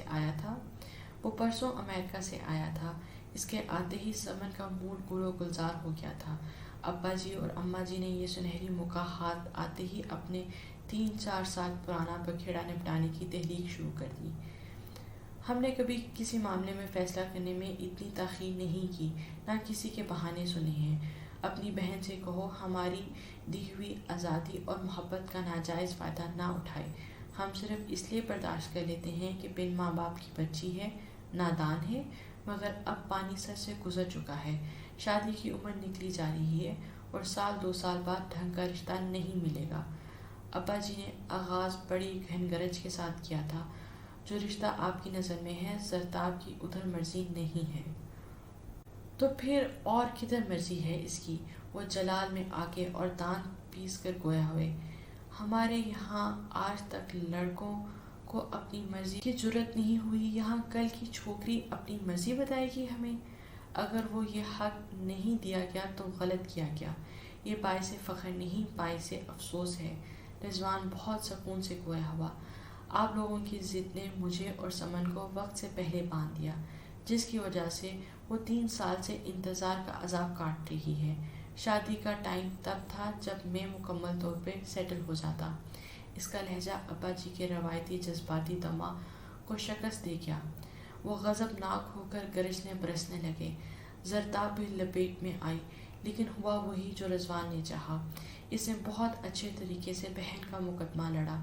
جس نے تمہیں چاہا ویسا تو ہو گیا، مگر تم نے وجہ نہیں بتائی۔ جاتے سمے وہ زرتاب سے مخاطب ہوا، پلیز رضوان، ایسی کوئی بات نہیں۔ وہ سٹپٹا گئی، اوکے مان لیا، مگر ایک بات یاد رکھنا، جب بھی ایسی کوئی بات ہو مجھ سے ضرور ڈسکس کرنا۔ میں تمہارے ساتھ ہوں، مجھے یقین ہے میری بہن جو فیصلہ کرے گی خوب سوچ سمجھ کے کرے گی۔ اس نے زرتاب کے سر پر ہلکی سی چپت لگائی اور پھر ہنستا ہوا خداحافظ کہہ کر چلا گیا۔ اف، میرا بھائی سلامت رہے۔ تو ابا جی ورنہ ابا جی تو مجھے اپنی مرضی کی جہنم میں جھونک دیتے۔ اس نے لاکھ لاکھ شکر ادا کیا تھا۔ طیبہ پھپھو رہا ہو کر آ گئی۔ فصیح انہیں اپنی ساتھ لے آیا تاکہ اماں جی سے ملوا سکے۔ اماں جی کے ہاتھ سے چائے کا کپ چھلک گیا۔ اس ویکینڈ پر آئی تو اماں جی کو سنانے کے لیے اس کے پاس گرما گرم خبر تھی۔ وہ بہت غور سے ان کے چہرے پر خوشی اور دکھ کے گھٹتے بڑھتے سائے دیکھ رہی تھی۔ اگر آپ ان سے ملنا چاہتی ہیں تو میرے ساتھ جانے کے بہانے پنڈی چلیں، کہہ دیجیے گا میرے والے ہسپتال سے کچھ ٹیسٹ کرانے ہیں۔ فصیح وہیں پنڈی میں رہتا ہے، اب تو اس سے 1.5 سال ہو گیا ہے جاب کرتے ہوئے۔ اماں جی کے ہاتھ پیر ٹھنڈے ہو گئے، پھر 2 گرم آنسو گالوں پر موم ٹپکے۔ کیا کروں؟ اس کی اجاڑ اور ویران حالت دیکھ کر انہوں نے سرد آہ بھری۔ اب تو کافی بہتر ہو گئی ہیں، جب آئیں تو بالکل سوکھ کے کانٹا ہو رہی تھیں۔ 1 ماہ ہو گیا ہے انہیں فصیح کے ساتھ رہتے ہوئے۔ بیٹا ماں کا بہت خیال رکھتا ہے۔ اس نے اسلام آباد میں I-10 میں ایک پورشن کرائے پہ لیا ہے، تھوڑا بہت فرنیچر بھی ڈال لیا ہے۔ سال بعد اس کی تنخواہ بھی بڑھ گئی تھی۔ 2 ماں بیٹیاں ہیں تو وہی بڑی اچھی طرح گزارا ہو رہا ہے۔ وہ اپنے ہاتھوں سے پھپھو کو فروٹ اور پرہیزی کھانا کھلاتا ہے، دودھ باقاعدگی سے رات کو پلاتا ہے۔ ان کے لیے بے شمار کپڑے سلوائے رکھے ہیں۔ سچی بات تو یہ ہے کہ یہاں گھر کے کام کاج اور سودا سلف کا حساب کتاب رکھنا اسے کام آ گیا ہے۔ اس نے بڑے اچھے طریقے سے اپنا گھر سنبھال رکھا ہے۔ وہ شرارت سے ہنس دی۔ اماں جی بھی مسکرائے بغیر نہ رہ سکیں، وہ ماضی میں کھو گئیں۔ زرتاب ویکینڈ گزار کر واپس پنڈی آئی تو پیغام ملا، طیبہ پھپھو کا 2 بار فون آ چکا تھا۔ پیغام یہ تھا کہ فارغ ہو کر گھر کا چکر لگاؤ۔ وہ ڈیوٹی پوری کرنے کے بعد ہاسٹل جانے کے بجائے مری روڈ سے ٹیکسی لے کر I-10 آ گئی۔ گیٹ کھلا ہوا تھا، وہ اندر چلی آئی۔ اس کے پاس داخلی دروازے کے لیے ایک ڈپلیکیٹ موجود تھی۔ وسیع تو 5 بجے سے آفس واپس آتا تھا۔ وہ یقیناً اس وقت گھر پہ نہیں تھا۔ طیبہ پھپھو اپنے کمرے میں تھی۔ وہ اندر آئی تو وہ واش روم میں تھی۔ چھوٹا سا کیسٹ پلیئر درمیانی آواز میں بج رہا تھا۔ کوئی بہت پرانی غزل چل رہی تھی۔ اے محبت تیرے انجام پہ رونا آیا، جانے کیوں آج تیرے نام پہ رونا آیا۔ زرتاب کے پاؤں سن ہو گئے۔ اس نے مضطرب نظروں سے واش روم کے بند دروازوں کی طرف دیکھا تھا۔ یوں تو ہر شام امیدوں میں گزر جاتی تھی۔ آج کچھ بات ہے جو شام سے رونا آیا۔ زرتاب کا دل بیٹھنے لگا۔ وہ خود کو سہارا دینے کے لیے بیڈ پہ بیٹھ گئی۔ دماغ کہیں بھٹکنے لگا تھا۔ کبھی تقدیر سے شکوہ تو زمانے سے گلہ، منزل عشق کے باہر ہر کام پہ رونا آیا۔ ارے تم کب آئیں؟ کچھ دیر بعد طیبہ پھپھو تولیے سے چہرہ تھپتھپاتی باتھ روم سے باہر آئیں۔ اسے دیکھ کر وہ ہمیشہ بہت خوش ہو جاتی تھی۔ پھنسی کے بعد واحد خونی رشتہ تھا جو رہائی کے بعد ان کو دیکھنے اور ملنے آیا تھا۔ کل اماں جی کے ہاں سے واپس آئی تھی، آج ڈیوٹی دینے کے بعد آپ کی طرف چلی آئی۔ بہت زبردست بھوک لگ رہی ہے پھپھو، یہ بتائیں کیا بنایا ہے؟ تمہاری پسندیدہ دال چاول اور ہری مرچ کی چٹنی بنائی ہے۔ چلے گی دوڑے گی، فٹافٹ دیجیے بس۔ طیبہ پھپھو اس کی بے تکلفی اور اپنائیت مارے خوشی کے رونا آنے لگا۔ جیل میں رہ کے وہ ان لطیف جذبات کو جیسے بھول ہی گئی تھی۔ زرتاب وہی کیسٹ دوبارہ سننے لگی۔ یہ کیسٹ کون لایا تھا، آپ یا فصیح؟ وہ کچن میں بیسن پر ہاتھ دھوتے ہوئے پوچھ رہی تھی۔ بہت پرانی کیسٹ ہے اور کیسٹ پلیئر بھی میں جیل میں سنتی تھی۔ کیا وہاں اجازت تھی ایسی تفریحات کی؟ وہ متعجب تھی۔ نہیں تھی تو نہیں، مگر جب بندہ طویل مدت تک جیل میں رہتا ہے تو وہ گھر ہی لگنے لگتا ہے۔ جیلر اور سپاہی گویا شریکن بن جاتے ہیں۔ وہ شریکن جو رشتے کی لاج نبھانے کے موڈ میں ہوں تو ہر سہولت دے دیتا ہے۔ وہ تلخ سی ہنسی لیے گویا ہنسی تھی، اور جب سے یہ فصیح کے ہاتھ لگی ہے وہ دن رات یہی سنتا ہے۔ وہ خاموش ہو کر انگلی کے ناخن سے میز کی سطح کھرچنے لگی۔ پھپھو ایک بات بتائیں، وہ اچانک ان کی آنکھوں میں دیکھنے لگی۔ اتنی طویل مشقت زدہ زندگی گزارنے کے بعد آپ نے کیا پایا؟ پچھتاوے؟ ان کا جواب پشدستہ تھا۔ لیکن انسان جب محبت کر رہا ہوتا ہے یا اس کے حصول کے لیے سرگرم ہوتا ہے، اس وقت تو وہ اپنے آپ کو 100% حق پر سمجھ رہا ہوتا ہے۔ ایسا کیوں ہوتا ہے؟ میں تو اس نتیجے پہ پہنچی ہوں، زرتاب کے رشتہ وہی ہوتا ہے جو معاشرتی حدود اور قیود اور قاعدے ضابطوں کے ساتھ استوار ہو۔ برزخوں سے لڑکے ان کے مخالف چل کر اکثر نقصان اٹھانا پڑتا ہے، مگر ہر کیس میں ایسا نہیں ہوتا۔ وہ بے ساختہ بولی۔ بے شک ہر کیس میں ایسا نہیں ہوتا۔ والدین کسی ذاتی خواہش، ضد یا انا پرستی کے چکر میں اکثر بچوں کی تقدیر کے مالک بن بیٹھتے ہیں۔ وہ بدباری سے بولی۔ ایک بات اور، اپنے شوہر کو قتل کرتے وقت ایک لحظے کو آپ کا دل نہیں کانپا؟ آپ کو اس شخص کے مارتے ہوئے کیسا لگا جو آپ کا مجازی خدا تھا؟ آپ محبت تھا، اور جس کا جرم بہرحال اتنا بڑا نہیں تھا کہ اسے موت کی گھاٹ اتار دیا جائے۔ پلیز۔ وہ زرد سرسوں جیسی رنگت لیے مرتعش سانسوں سمیت ایک دم اٹھ کھڑی ہوئی۔ برسوں تک جیل کی تاریک راتوں میں وہ لمحہ اس لمحے سے وابستہ دکھ کی شدت اور اپنے عمل پر ضمیر کی شدید لعنت پھٹکار میری سوچوں کا مرکز رہی ہے۔ میں راتوں کو سونا بھول چکی ہوں زرتاب، پچھتاوے کی آگ میں مرتے دم تک سلگتے رہنا میرا مقدر ہے۔ اچانک ان کے قدم لڑکھڑا گئے۔ وہ تیور گر گئیں، اور جب تک زرتاب اٹھ کر انہیں سنبھالتی وہ میز کے کونے سے سر ٹکرا کر فرش پر بے سدھ ہو چکی تھیں۔ سب کچھ اچانک سے ہو گیا۔ ایک طویل مدت جیل میں گزارنے کے بعد وہ آزاد دنیا میں آئیں تو اس آزادی کو ایک ماں بھی محسوس نہ کر پائیں۔ ان کا دل گھبرا گیا، اور کچھ ایسا گھبرایا کہ ان کی روح قفس عنصری سے پرواز کر گئی۔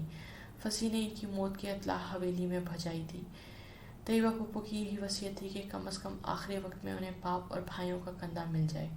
جانے والی چلی گئی تو پھر کہاں کی انا، کہاں کی لغزشیں؟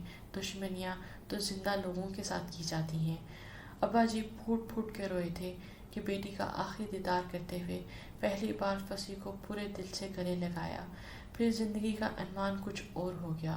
تم چاہو تو حویلی واپس آ سکتے ہو اور ہمارے ہاں ایک فرد کی حیثیت سے رہ سکتے ہو۔ چلتے سمے انہوں نے آہستگی سے فصیح کو مخاطب کیا تھا۔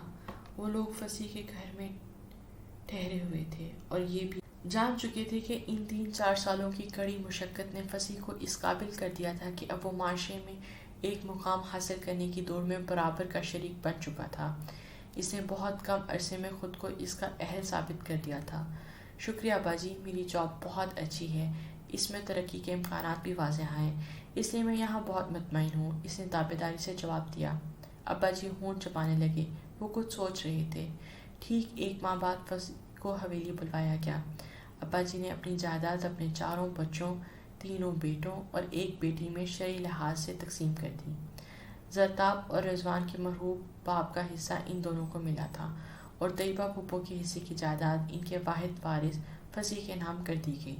یہ لاکھوں کی پرانی پراپرٹی تھی، چاہو تو بیچ لینا اور چاہو تو کرائے پہ اٹھا دینا، کس مصرف میں لے آنا بہرحال تمہارا حصہ ہے۔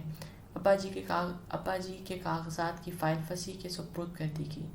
فصیح گود میں پڑے ان کاغذات کو خالی الذہنی کے عالم میں دیکھ رہا تھا۔ ایک آنسو چپکے سے دائیں آنکھ سے لٹکتا ہوا کنپٹی کے بالوں میں گم ہو گیا۔ یہ حویلی جہاں کی 1 انچ پر میرا قدم پڑنے پر یہاں کے مکینوں کے دل میں شعلے اٹھنے لگتے تھے، آج وہی مجھے میرے حق سے نواز رہے ہیں۔ کتنے ہی تذلیل آمیز نفرت بھرے رویے اور چہرے اس کی نظروں میں گھومنے لگے تھے۔ زرتاب کی ٹرانسفر دوبارہ لاہور ہو گئی تھی۔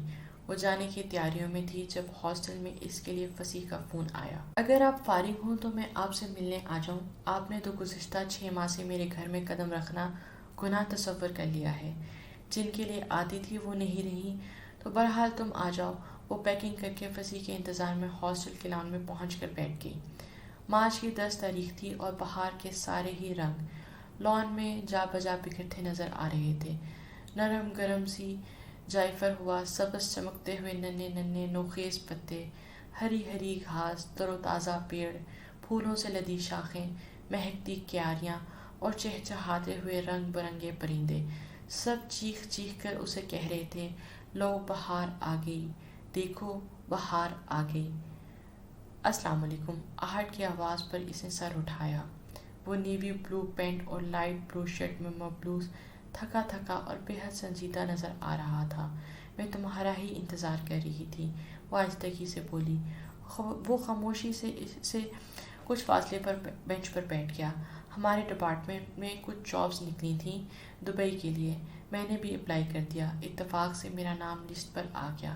میں اگلے ماہ دبئی جا رہا ہوں، 6 سالوں کا کانٹریکٹ ہے۔ وہ فضاؤں میں کچھ ٹٹول رہا تھا، ایک معنی خیز سناٹا ماحول پہ طاری ہو گیا۔ اچھی بات ہے، مجھے یہ بتانے آئے ہو؟ وہ اچانک طیش میں آ گئی۔ میں یہ کہنے آیا تھا کہ فصیح کے انداز میں شکست خور کی نمایاں تھی۔ کانٹریکٹ تم نے اپنی مرضی سے قبول کر کے اپلائی کیا، اپنی مرضی سے جا رہے ہو، پھر مجھے کیا بتاتے ہو؟ اطلاع کرنی ہے تو اپنے گارجین سے کرو، اب تو وہ تمہاری سنتے ہیں، تمہیں اپنے برابر کی پہچان اور مقام دیتے ہیں۔ وہ نہایت رکھائی سے گویا ہوئی۔ آپ اتنی ناراض کیوں ہو رہی ہیں؟ وہ اس کے اس طرح بھڑکنے سے پریشان ہو گیا۔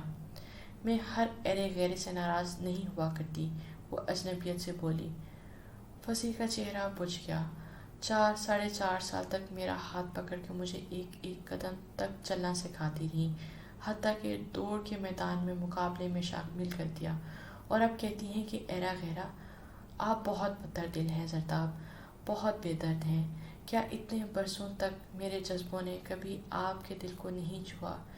میں مخصوص مدت تک ان کو دل میں چھپائے رکھنے پر مجبور تھا، مگر کیا اب تک کبھی ان کی خوشبو نہیں پہنچی؟ وہ شکایت بھری نظروں سے اسے دیکھنے لگا۔ بالکل ہی احمق اور گدھا ہے، یہ اتنی سی بات نہیں سمجھ سکتا کہ اتنی قیمتی برسوں کیوں بہاڑ میں جھونکتی رہی ہوں میں۔ وہ دل ہی دل میں دانت پیس رہی تھی۔ امی نے محبت پانے کے لیے بزرگوں سے بغاوت کی، جو غیر مناسب اور غلط طریقہ اختیار کیا۔ اس نے انہیں جیل کی ذلت امیز سزا دینے میں رسوائی اور اپنوں کی نفرت تک پہنچا دیا۔ ساری عمر انہوں نے انگاروں پر بسر کی۔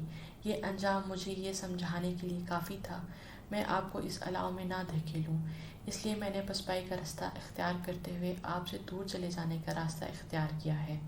میں جانتا ہوں ابا جی کبھی راضی نہیں ہوں گے اس رشتے پر، بلکہ وہ کیا، گھر کا کوئی فرد بھی مجھے آپ کے شوہر اور اپنے داماد کے روپ میں دیکھنا گوارا نہیں کرے گا، اس لیے میں ان کی مرضی کے خلاف قدم نہیں اٹھاؤں گا۔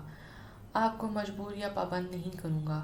میں آپ کے ذریعے اپنی ماں کی تاریخ نہیں دہرانا چاہتا۔ وہ پرسکون انداز میں گویا تھا، اس کے لہجے میں کرب اور تکلیف نمایاں تھی، مگر وہ اپنے ارادوں میں مضبوطی سے قائم تھا۔ زرتاب نے ایک طویل سانس خارج کی۔ ٹھیک فیصلہ کیا تم نے۔ اچھا اب تم جاؤ، میں پیکنگ کروں گی، ملک سے باہر جانے سے پہلے اطلاع ضرور کرنا۔ وہ ایک دم کھڑی ہو گئی اور اس سے پہلے کہ فضی مزید کچھ کہتا وہ تیز تیز قدم اٹھاتی اندر چلی گئی۔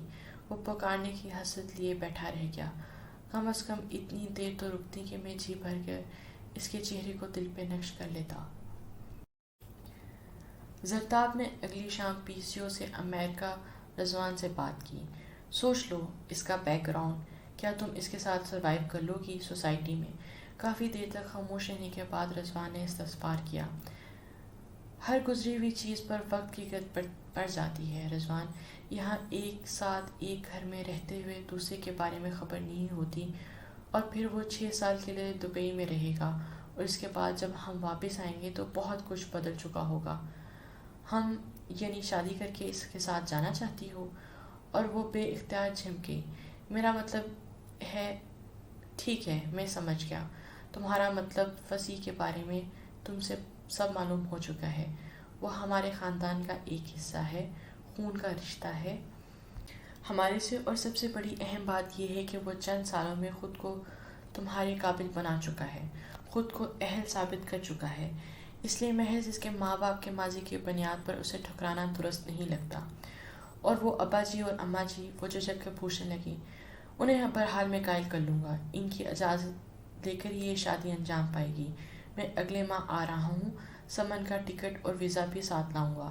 اپنے 15 دن کے قیام میں تمہاری شادی نپٹا کر سمن کو ساتھ لے کر میں امریکہ واپس آ جاؤں گا۔ تم فصیح سے کہو اپنی دبئی روانگی کو اگلے 2 ماہ تک لیٹ کر لے، اس دوران تم اپنا پاسپورٹ بھی بنوا لو اور ویزے کے لیے اپلائی کر دو۔